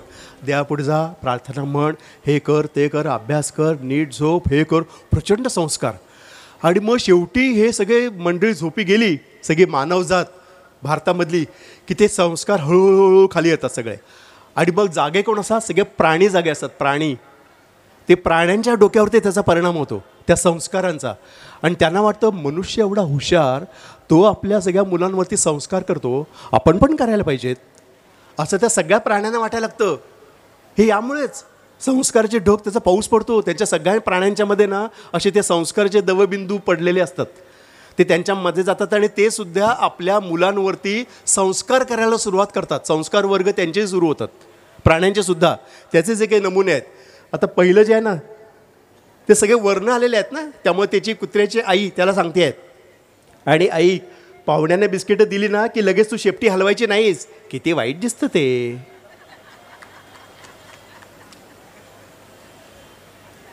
कर्कोचा 1000दा सांगितलंय, खाण्याची घाई करू नको, एका पायावर उभा राहा आणि मन एकाग्र कर. 1000दा सांगितलेलं आहे कसं खायचं, ते कळत कसं नाही तुला. तो 2 पायावर उभा आहे, सगळे मासे गेले इकडे तिकडे, कसं जेवणार तो. संस्कार महत्त्वाचे आहेत. पोपट, त्याची आई सांगते सगळीकडे इंग्लिशला डिमांड आहे, आत्तापासून रोज hello, good morning, good night म्हणायची सवय केलीस तर मोठेपणी एखाद्या श्रीमंताच्या पिंजऱ्यात कायमची सोय होईल. लक्षात घ्या, इंग्लिशला भयंकर डिमांड आहे. सगळ्यांनी इंग्लिश मिडियमलाच घातलं पाहिजे, भयंकर डिमांड आहे इंग्लिशला. म्हणजे काय होईल, पुढे मागे तुम्हाला सोनेरी पिंजरा नक्की मिळेल, हे लक्षात घ्या. असं ती पोपट्याची, आपण नाही म्हणत आहे, पोपट्याची आई म्हणते. आपला काय संबंध नाही. उंदराचं पिल्लू, त्याची आई काय सांगते, ओरडते त्याला. तुझ्या बरोबरची बाकीची मुलं बघ, कोणी कार्टून फिल्ममध्ये काम करतंय, कोणी कॉम्प्युटरसमोर दिवसभर बसतंय, आणि तुझं काम वर्षातले 10 दिवस गणपतीसमोर बसणं, एवढंच. काही शिरतंय का डोक्यात. बाकीची कुठे गेली मुलं बघ, कोणी अमेरिकेला गेली, इकडे गेली, तिकडे गेली, आणि तू गणेशोत्सवात नाचतोस नुसता. काय झालं, काय होणार तुझं पुढचं भवितव्य. म्हणजे कार्टून फिल्ममध्ये म्हणजे डिझनीने वापरलं मिकी माऊस, त्या सगळ्या उंदरांना ती कामं मिळाली, जे हुशार होते त्या सगळ्यांना मिळाली, आणि हे बसलेच आपले धर्म, आपलं जात, आपले हे करत वगैरे सगळं नाच 10 दिवस. चुकीचं आहे. कॉन्सन्ट्रेट कर, करिअरवर कॉन्सन्ट्रेट कर. हा बिचारा बेडूक, त्याच्या आई बाबांनी त्याला सांगितलंय नेहमी ना वैज्ञानिक दृष्टिकोन पाहिजे, आणि नेहमी म्हणूनच आम्ही तुझ्या लहानपणीच तुझं नाव एका कॉलेजच्या बायो लॅबमध्ये देहदानासाठी नोंदवून आलोय. वैज्ञानिक दृष्टिकोन पाहिजे ना, बरोबर आहे. बाहेरचं काही खायचं नाही, वाईट असतं ते. असं त्याची आई सांगते माशाची, नेहमी ओरडत असते बाहेरचं काय खाऊ नकोस, प्रकृतीला बरं नसतं ते. कारण बाहेरचं म्हणजे ते गळ असतात ना, म्हणजे विषारी काहीतरी असेल, तुला चटक लागेल, तू पैसे घेऊ करशील, जाशील बाहेर काहीतरी खायला. अजिबात नाही, घरी मी शिजवलेलं खा, हे लक्षात घे. असे संस्कार भयंकर, असे पाऊस पडतोय संस्कारांचा. मूल होण्या पाठीमागचं वैज्ञानिक सत्य तर तुला सांगते. लक्षात ठेव, मूल होणं हे देवाच्या नव्हे, ते डेअरी मालकाच्या इच्छेवर अवलंबून असतं. मुलांना योग्य वयामध्ये काही विशिष्ट गोष्टी सांगितल्या पाहिजेत ना, त्याच्यापैकी ते एक आहे. कासवाचं पिल्लू बिचारं, आई ओरडते त्याला, रोजचं रडगाणं आहे तुझं हे, तू तुझ्या बरोबरीच्या मुलांसोबत का नाही खेळत, रोज तू सशाबरोबरच का शर्यत लावतोस. एकदा केव्हा तरी तुझ्या खापर पणजोबांच्या पणजोबांनी शर्यत जिंकली म्हणून काय झालं, तू पण जिंकशील का. नाही शक्य ते. तू तुझ्या बरोबरच्या मुलांबरोबर खेळत जा, उगाच त्यांच्या याच्यावर असं नाही करायचं. आपल्या जातीच्या मुलांबरोबर खेळ. लक्षात ठेव, दुसऱ्या जातीच्या मुलांबरोबर नाही खेळायचं, बरं नसतं ते. गाढवाला बघा, त्याची आई काय सल्ला देते, तुझ्या बुद्धिमत्तेची या देशात काहीच कदर होणार नाही बाळा, तू सरळ अमेरिकेत सेटल हो. तिथले अध्यक्षसुद्धा निवडणुकीत तुला भरपूर मान देतात, कारण अमेरिकेच्या अध्यक्षांचं डॉंकी हे चिन्ह आहे. त्यामुळे ते म्हणतात डॉंकीला भयंकर महत्त्व आहे. त्यामुळं you be a good donkey and go to USA. तुला खूप भरपूर तिथे मान सन्मान सगळं मिळेल, तिकडे जातो. इथे गाढव म्हणतील तुला, तिकडे डिअर डॉंकी म्हणतील. लक्षात घे. पाणघोडा, आपल्यालाही घोडा म्हणत असले तरी आपली शर्यत असावी हा हट्ट बरे नव्हे. श्रीमंतांचे खेळ वेगळे असतात, त्या घोड्यांच्या शर्यती वेगळ्या, आपल्या शर्यती वेगळ्या. श्रीमंतांच्या बरोबरी करायची नसते कधी. पाणघोड्याची शर्यत कधी बघितली का आपण, नाही. घोड्यांच्या शर्यती असतात. आपला घोडा म्हटलं म्हणून काय झालं, असं नाही. नीट समजून घे, जरा परिस्थिती काय समजून घे. हे सगळ्यात परफेक्ट आहे. म्हणजे डासाचे आई वडील, विशेषतः वडील, ते त्याला सांगतात, अरे जा यशस्वी व्हा. डेंग्यू मलेरियाचा प्रसार करताना तुम्हाला कोणी हटकलं तर घाबरू नका, म्युन्सिपाल्टीत आमच्या वरपर्यंत ओळखी आहेत म्हणून सांगा. एकदा तुमची म्युन्सिपाल्टीत ओळख असली की काय कुणाला घाबरायचं कारण नाही. तो नगरसेवक आपलाच आहे, माहिती आहे आपल्याला, माहिती आहे ना, एवढं काय त्याच्यात. आपण फोन केला की ते येतं ना घरी, तुम्ही जा, तुम्ही बिंदास करा, तरच तुम्हाला काहीतरी जगामध्ये सगळ्या डासांना भयंकर जी मागणी येईल ना, त्यामुळेच येईल. तुम्ही जा, आपलं करिअर करायचं भाऊ त्यामध्ये. म्हणून जशी गटार उघडी असतात, उकिडे सगळे असतात, त्यासाठीच असतं ना. आपल्या नगरसेवक सगळे आपले मित्रच आहेत ना, करतात ते बरोबर. अशा प्रकारचे संस्कार ह्या डासांवरती त्यांचे आईवडील करत आहेत. एक जरा वेगळ्या प्रकारची सिरीज प्रथमच इथे दाखवतोय म्हणून हे चित्र आलंय. खड्ड्यांपासून सुरू करू. खड्डे तिथंच आहे.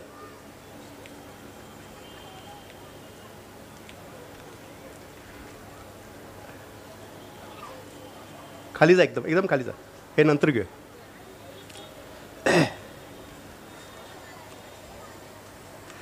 एक प्रश्न आपल्या संपूर्ण भारतामध्ये आहे, सगळीकडे आहे बरं का. असे कॉमन प्रश्न असले ना की आपल्यामध्ये बंधुभाव वाढीला लागतो. म्हणजे उदाहरणार्थ तुम्ही अनोळखी माणसं सहज म्हणून भेटली, कुठेही एस टी स्टँडवर असतील, विमानतळावर असतील, काय तुमच्याकडे यंदा कसं काय पाणी बिणी पाऊस नाही, आमच्याकडे दुष्काळ आहे. हो का, आमच्याकडे पण दुष्काळच आहे. लगेच दोघांच्यामध्ये बंधुभाव तयार झाला. तुमच्याकडे मागे हो, आमच्याकडे पण मागे आहे, काय कोण निवडून येणार तसं काय सांगता येत नाही भाऊ. हो ना, आमच्याकडे पण नाही सांगता येत भाऊ. असं आलं म्हणजे बंधुभाव निर्माण होतो. त्यामुळं तशाच एक बंधुभाव निर्माण होतो. याला एक कारण म्हणजे खड्डे संपूर्ण भारतात कुठेही जा, प्रचंड मोठ्या प्रमाणावर खड्डे. त्यामुळे आपला देश हा विविधतेमध्ये एकता असून मग त्या विविधतेमध्ये खड्डेसुद्धा आहेत. त्यामुळे अनेक ठिकाणी खड्डे असून सुद्धा आपला देश असं एकच आहे. हे याच्यातून मी काही मांडण्याचा प्रयत्न करतोय. खड्ड्यांचा देश. चालताना असं चालावं लागतं. तुम्हाला वाटेल कुठंतरी चंद्रावरचं वगैरे किंवा सर्कशीतलं दृश्य आहे, तसं नाही आहे. रस्त्यावरून चालताना तोल जाऊ नये म्हणून या बिचाऱ्या मुलीनं अशा प्रकारची काठी घेऊन ती चालतीये. हे सगळी जी कार्टून्स आहेत ना, मी पुण्यासाठी काढली, कारण पुण्यात त्यावेळेला खड्ड्यांचं प्रमाण जास्त होतं. आता माझी सिरीज बघितल्यानंतर तिथल्या खड्ड्यांचं प्रमाण अधिक वाढलेलं आहे. एवढंच. तर आता हे सगळे ते रेफरन्सेस ते पुण्यातले आहेत. नवरा खड्ड्यात पडलाय बरं का, 2 व्हीलर घेऊन, आणि तो म्हणतोय अगं घोले रोडवरच्या मेन खड्ड्याला तो युटर्न घे, तिथून प्रभात रोडवरच्या 73 नंबरच्या खड्ड्याला राईट घे आणि सरळ टिळक रोडवर ये. तिथल्या 293 नंबरच्या खड्ड्यात मी पडलोय. काय चाललंय? किती खड्डे, खड्ड्यांचा देश. मग लोक म्हणतात आम्ही मोर्चा काढू, पालिकेवर मोर्चा काढू, खड्डे बुजवा, खड्डे बुजवा. पण तिथले सगळे अधिकारी, नगरसेवक, कॉन्ट्रॅक्टर हे सगळे अतिशय आनंदात आहेत. ते काय म्हणत आहेत, गुड न्यूज, खड्ड्यांमुळे वैतागलेल्या नागरिकांचा पालिकेवर मोर्चा येणार होता, पण सर्व रस्त्यावर प्रचंड खड्डे असल्याने त्यांनी तो बेत रहित केलाय.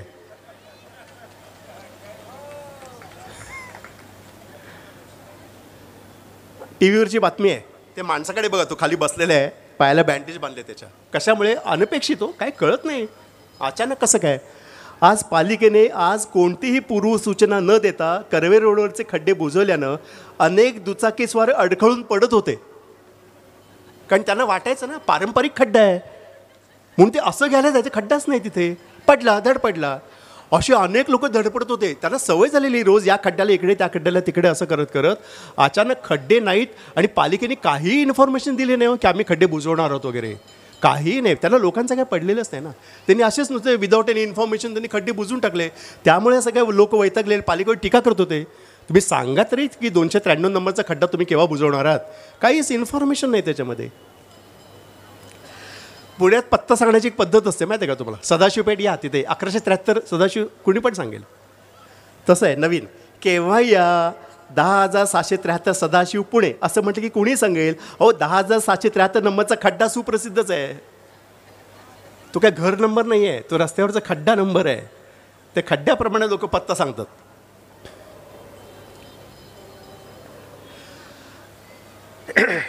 लोकशाही नावाची गंमत. कसं आहे, सध्या देशभर निवडणुकांचं वातावरण सुरू आहे. अतिशय उत्साहाचं वातावरण आहे. प्रचंड ऊन आहे, तरीसुद्धा लोक मतदान करतायत. हे अतिशय आश्वासक गोष्ट आहे. लोकांनी स्वतःच्या मनामध्ये त्यांना 5 वर्षातून एकदा संधी मिळते स्वतःचं सरकार निवडण्याची, आणि ते सरकार निवडत असतात. सरकार म्हणजे जे सत्तेत असलेले आणि त्यांचे विरोधक हे दोघेही आपापलं काम करत असतात. यांनी त्याच्यावर टीका करायची, त्यांनी याच्यावर टीका करायची, आणि आपण असं असं बघत बसायचं. हा चॅनल बदलला की तोच येतो, तो माणूस तोच्या पुन्हा तेच. पण शेवटी आपल्या मनामध्ये फिक्स असतं की मतदान करायचं आहेच.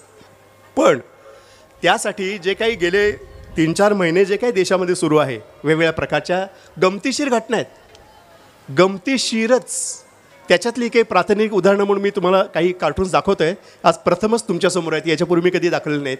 कारण गेल्या 3-4 महिन्यामध्ये फार म्हणजे फार मजा येते आहे व्यंगचित्रकारांना, असं आहे.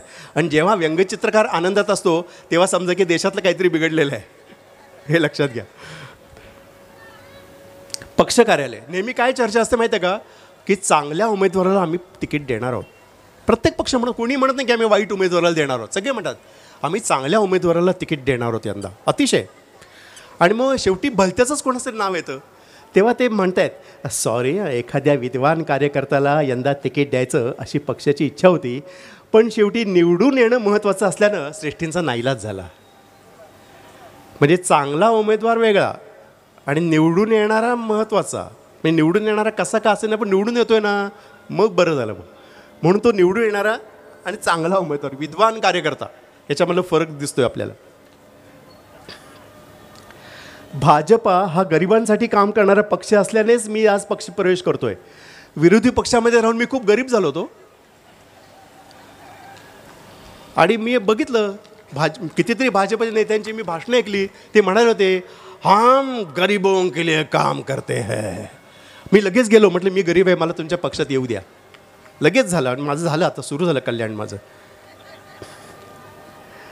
आणि मी आपण निष्ठा, पक्षनिष्ठा भयंकर महत्त्वाची असते. पक्षनिष्ठा हा शब्द गिनीज बुकमध्ये जाईल इतक्या वेळा गेल्या 3 महिन्यात वापरलेला गेलेला आहे. आणि मी आपण वचन देतो की जोपर्यंत मी दुसऱ्या पक्षात जात नाही तोपर्यंत मी या पक्षाची एकनिष्ठ राहील.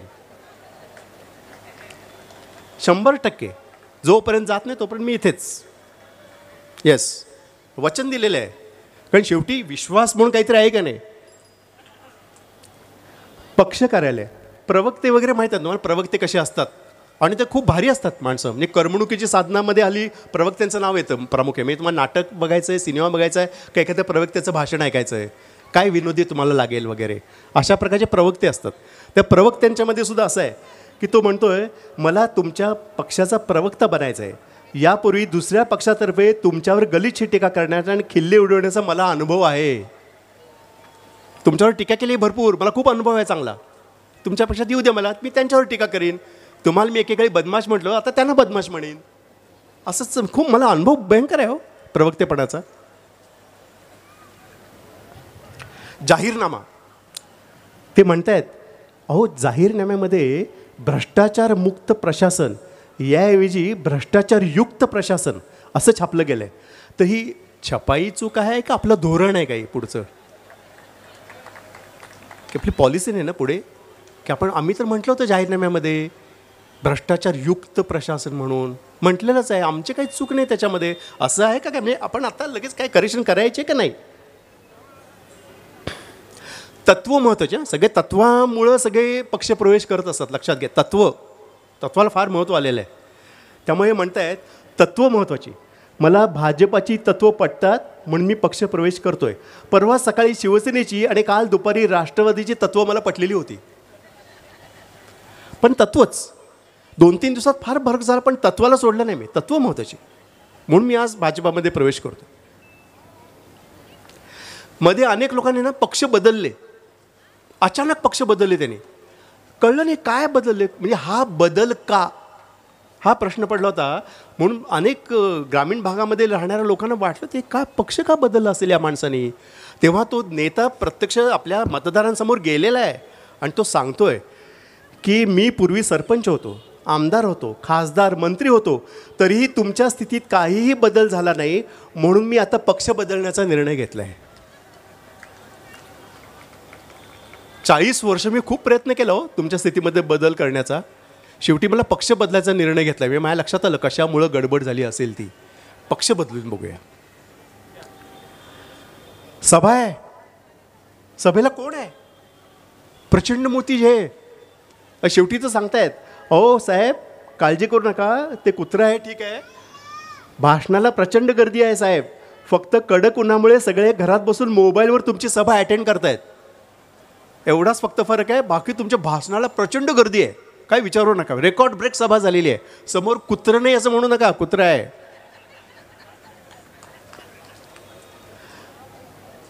शेवटी एक अत्यंत काय म्हणतात त्याला स्टेटमेंट आहे, मोठं स्टेटमेंट आहे या संपूर्ण परिस्थितीवरती. उन्हाळ्याचे दिवस आहेत, तुम्ही बघता अनेक ठिकाणी पाण्याचे टँकर्स काय सगळं आटलेलं आहे, विहिरींचा तळ गाठलेला आहे, अनेक गावांनी बहिष्कार घातलेला आहे, पाणी नाही आम्ही मतदान करणार नाही अशी अवस्था आलेली आहे. अशा परिस्थितीमध्ये हे एक भेदक भाष्य आहे की ती बाई म्हणते आहे घागरीचे की कशाने जास्त तळ गाठलाय काही सांगता येत नाही, पाण्याने की गलिच्छ राजकारण.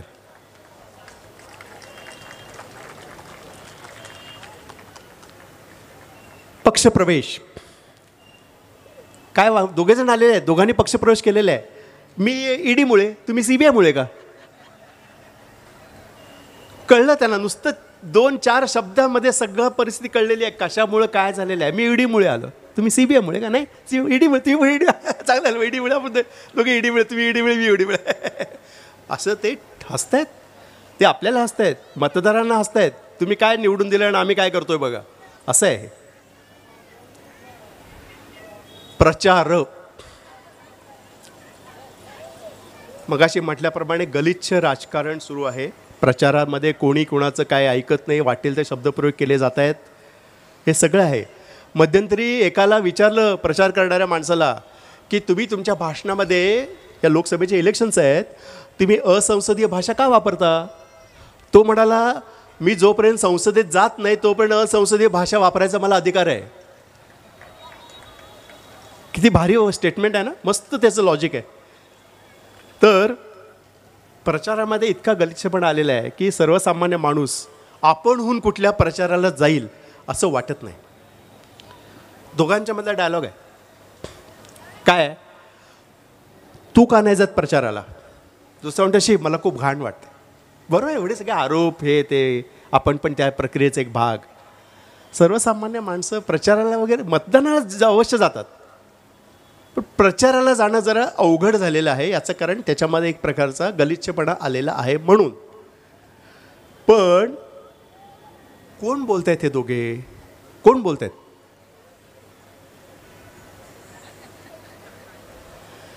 डुकरांना सुद्धा लाज वाटेल इतकी घाण आजूबाजूला पसरलेली आहे.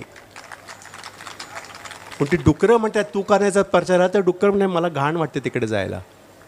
ही आपल्या देशातल्या प्रचाराच्या पातळी इतका गलिच्छपणा, सर्वपक्षीय गलिच्छपणा जो आलेला आहे तो हाय की त्याच्यामध्ये म्हणायचं पवित्र काम, पवित्र लोकशाही, पवित्र सण आहे, सगळं मान्य आहे. मग हे काय?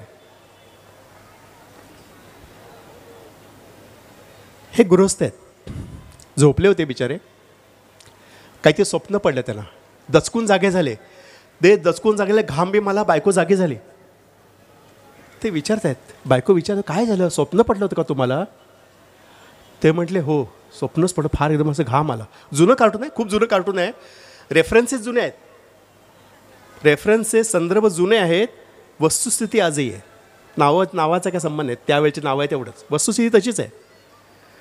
काय झालं स्वप्नामध्ये, काय बघितलं तुम्ही एवढं? ते सांगताय, तो नवरा सांगतोय बाप रे काय भयानक स्वप्न पडलं होतं. अरुण गवळी हा मुख्यमंत्री झाला आहे, त्याच्या राजीनाम्याची मागणी दाऊद करतोय आणि पाहणी करण्यासाठी केंद्रातून गृहमंत्री वीरप्पन आलेले आहेत.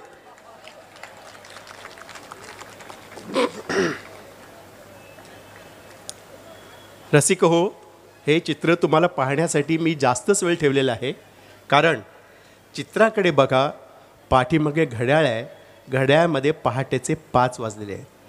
पहाटेची स्वप्न खरी होतात असं आपण मानतो. म्हणून मतदान करताना डोळ्यावर झोप येऊ देऊ नका, जागरूक राहा आणि मतदान करा. मतदानापासून तुम्ही पळ काढू नका, मतदान अवश्य करा. तुमच्या मनातल्या कॅन्डिडेटला जो असेल त्याला मतदान करा, पण मतदान कराच. हेच चित्र याच्यातून येत आहे, म्हणजे अशी पहाटेची स्वप्न कोणाला पडणार नाहीत.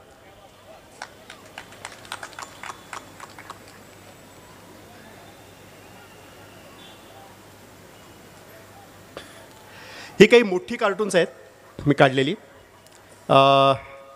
स्पष्ट आहेत. अनेक मोर्चे निघत होते मध्यंतरी, वेगवेगळ्या जातींचे देशभर निघत होते. मी मागासवर्गीय, मी हिंदू, मी मराठा, मी ब्राह्मण, मी धनगर, मी दलित, मी जाट, मी पटेल, मी ख्रिश्चन, मी मुस्लिम, सगळे मोर्चे निघत होते. भारतीय म्हणून फक्त गांधीजी या बाजूला चाललेले. मी भारतीय म्हणून कोणी मोर्चा काढला नाही. म्हणूनच गांधीजींना पाठमोर टाकून त्यांचा झेंडासुद्धा फाटलेला आहे. त्यांना पाठीमागून सगळे लोक या साईडला चाललेले आहेत आणि म्हणूनच हे सगळे लोक गंभीर आहेत आणि गांधीजी त्याहूनही चिंतित आहे.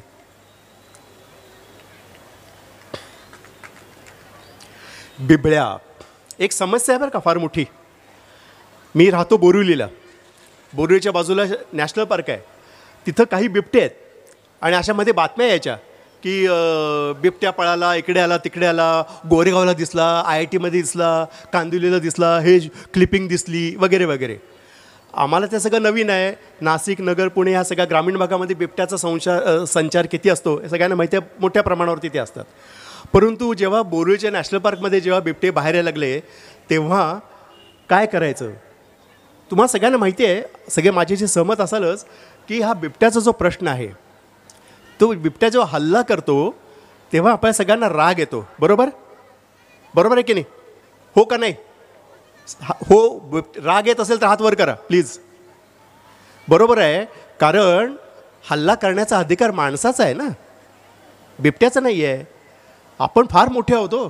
आपण पाण्यावरती हल्ला करू शकतो माणूस म्हणून, प्राण्यावरती करतो, हवेवरती करतो, दुसऱ्या माणसांवरती करतो, जंगलांवरती करतो. आपल्याला सगळीकडे हल्ला करण्याचा अधिकार आहे. पण एका क्षुद्र बिबट्याने आपल्यावरती हल्ला करावा म्हणून आपण एक अशी मोहीम घेतली की बिबट्या संपवून टाकावं, म्हणजे प्रश्नच राहणार नाही. एखादा प्रश्न मुळापासून कसा सोडवायचा असेल तर हल्ली खूप चांगल्या त्याच्यात निघालेला आहे. म्हणजे नदीला पूर येतो, नदी बुजवून टाका, म्हणजे पूर येण्याचा संबंधच नाही. असे आपण नवीन नवीन उपाय आपण शोधून काढलेले आहेत सगळं भारतीयांनी. त्याच्यामध्ये बिबळ्याचा हे हल्ला आणि नॅशनल पार्क हे 25 वर्षापूर्वी ना नॅशनल पार्क असं होतं. आता नॅशनल पार्क कसं झालेलं आहे? बिबळ्याचा हल्ला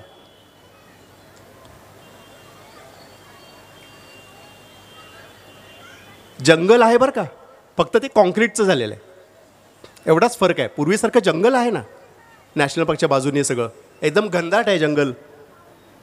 आणि मध्ये अशी बातमी आली होती की या नॅशनल पार्कला कुंपण घालणार आहेत, तर ते काम पूर्ण झालं आहे. इथं दिसतंय तुम्हाला हे झाड, तर ते नॅशनल पार्कला कुंपण घालण्याचं काम पूर्ण झालं बरं का. ते नॅशनल पार्कमध्ये आहे ना, ते आता नॅशनल पार्क आहे, त्याला ते कुंपण घातलेलं आहे.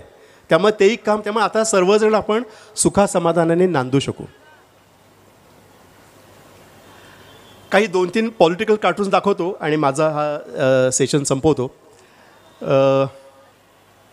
आपल्या सगळ्यांना माहितीच आहे, काही वर्षांपूर्वी एनरॉन हा शब्द अनेकांनी ऐकला असेल ना. एनरॉन हा एक पॉवर प्रोजेक्ट होता आणि विलासराव देशमुख वगैरे मुख्यमंत्री वगैरे त्यावेळेस असताना तो आला, गोपीनाथराव मुंडे सगळे त्यावेळेची सगळी मान्यवर मंडळी होती. तो आला आणि त्याच्यामुळे भयंकर गोंधळ झाला आणि मग त्यांनी त्याला करार रद्द केला, एनरॉनचा करार. का रद्द केला? ते एनरॉन करार हाकलून द्या, तो अमेरिकेचा आहे, त्याची कंडिशन्स बरोबर नाहीत, अमुक नाही तमुक नाही, खूप त्याच्यावरती हे सगळ्या बघा. एकच व्यक्ती अशी होती ना की जे म्हणायचे की एनरॉनला हटवणं महाराष्ट्राला परवडणार नाही, शरद पवार. एनरॉनला नुकसान भरपाई देणं म्हणजे महाराष्ट्राच्या अर्थव्यवस्थेचा कणा मोडेल, शरद पवार. एनरॉन करार रद्द करणं म्हणजे विश्वासार्हतेचा प्रश्न, शरद पवार. मी म्हटलं अरे सगळे लोक एवढे म्हणत आहेत, ठाकरे, मुंडे, देशमुख, की एनरॉन हटवा, शरद पवारच का असे एनरॉनच्या बाजूनी आहेत? मी काय साधा व्यंगचित्रकार आहे म्हणून मी फक्त स्केचिंग करत होतो आणि मी फक्त शरद पवारांचं कॅरिकेचर म्हणजे अर्कचित्र काढण्याचा प्रयत्न केला. आणि त्याच्यात म्हटलं उत्तर आपल्याला सापडतं आहे का बघूया. आपले काय पवारांच्याकडे जाऊन त्यांना विचारण्याची आपली शक्यता नाही आणि शामतही नाही. म्हणून मी त्यांचं चित्र काढलं आणि म्हटलं नाही, हे नाही एवढे तितकेचे शरद पवारांसारखे वाटत. मी आणखीन काही सुधारणा केल्या, काही रेषा कमी केल्या त्याच्यातल्या आणि त्याला नाव दिलं पवारांची बदलती प्रतिमा. आणि तरीसुद्धा असं वाटलं की थोडंसं काहीतरी कमी आहे, आणखीन काही रेषा कमी करूया, आणखीन काही रेषा कमी केल्या.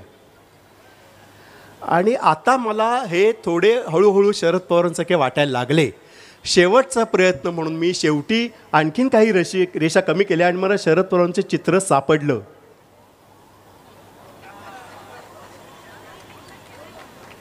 तेव्हापासून रसिक हो, मी ज्या ज्या वेळेला एनरॉनकडे बघतो मला इथं शरद पवार दिसतात, ज्या ज्या वेळेला मी शरद पवारांकडे बघतो मला इथे एनरॉन लिहिलेलं दिसतं.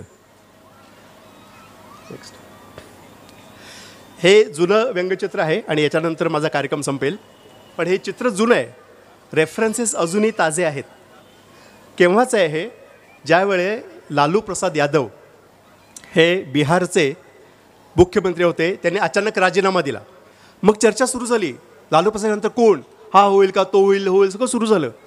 अचानक लालू प्रसाद यांनी डिक्लेअर केलं की राबडी देवी मुख्यमंत्री बनायचे, असं डिक्लेअर केलं. तरी झाल्या तो पण कुणालाच माहिती नव्हे राबडी देवी कोण आहेत, कशा दिसतात, ते किती शिकलेले आहेत, त्यांना मुलं किती, परिवार काय, काही माहिती नव्हतं.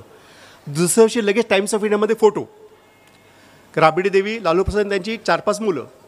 नंतर बातमीलं की त्यांना एकूण काहीतरी 9 मुलं आहेत.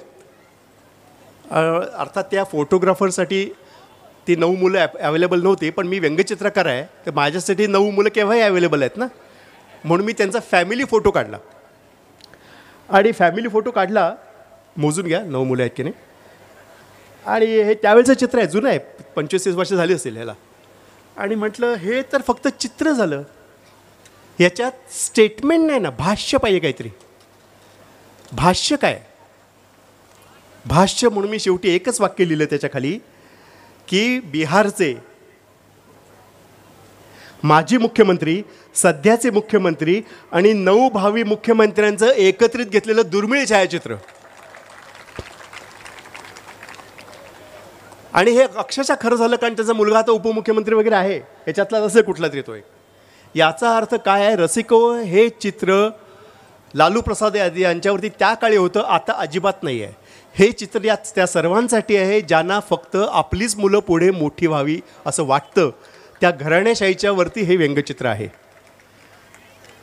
त्यामुळं ह्या चित्रात तुम्हाला पाहिजे ते चेहरे तुम्ही चिकटवा आणि तुम्हाला तुमच्या मनातलं व्यंगचित्र साकार झालं का होईल. रसिको, जवळपास 1.25 तास तुम्ही माझं इथे व्याख्यान ऐकून घेतलं, माझ्या चित्रांना प्रतिसाद दिलात, त्याबद्दल मी आपल्या सर्वांचे मनापासून आभार मानतो. आणि ज्या संस्थेने मला इथे बोलवलं त्या संस्थेचा मी अत्यंत ऋणी आहे, कारण त्यांच्यामुळेच मला आज हा कार्यक्रम तुमच्यासमोर सादर करता आला आणि आज मला इथे गोदा आरती मिळाली. मी अत्यंत धन्य झालो. तुम्हा सर्वांना पुन्हा एकदा धन्यवाद देतो आणि पुन्हा एकदा विनंती करतो की येणाऱ्या निवडणुकीमध्ये कृपा करा आणि भरपूर मतदान करा, मनासारखं मतदान करा. तुमच्या मनातला देश साकार होण्यासाठी त्याची गरज आहे. जय हिंद, जय महाराष्ट्र. धन्यवाद कुलकर्णी साहेब. आज मालेचे 8वे पुष्प स्वर्गीय माधवराव काळे स्मृती व्याख्यान यात श्री प्रशांत कुलकर्णी यांनी, सुप्रसिद्ध व्यंगचित्रकार यांनी व्यंगचित्रातून सामाजिक संदेश दिला आहे. त्याबद्दल मालेच्या वतीने मी त्यांचे खूप खूप आभार मानतो. त्याचबरोबर माधवराव काळे यांचे चिरंजीव धनंजय काळे व मंडलेश्वर काळे यांचेही खूप खूप आभार.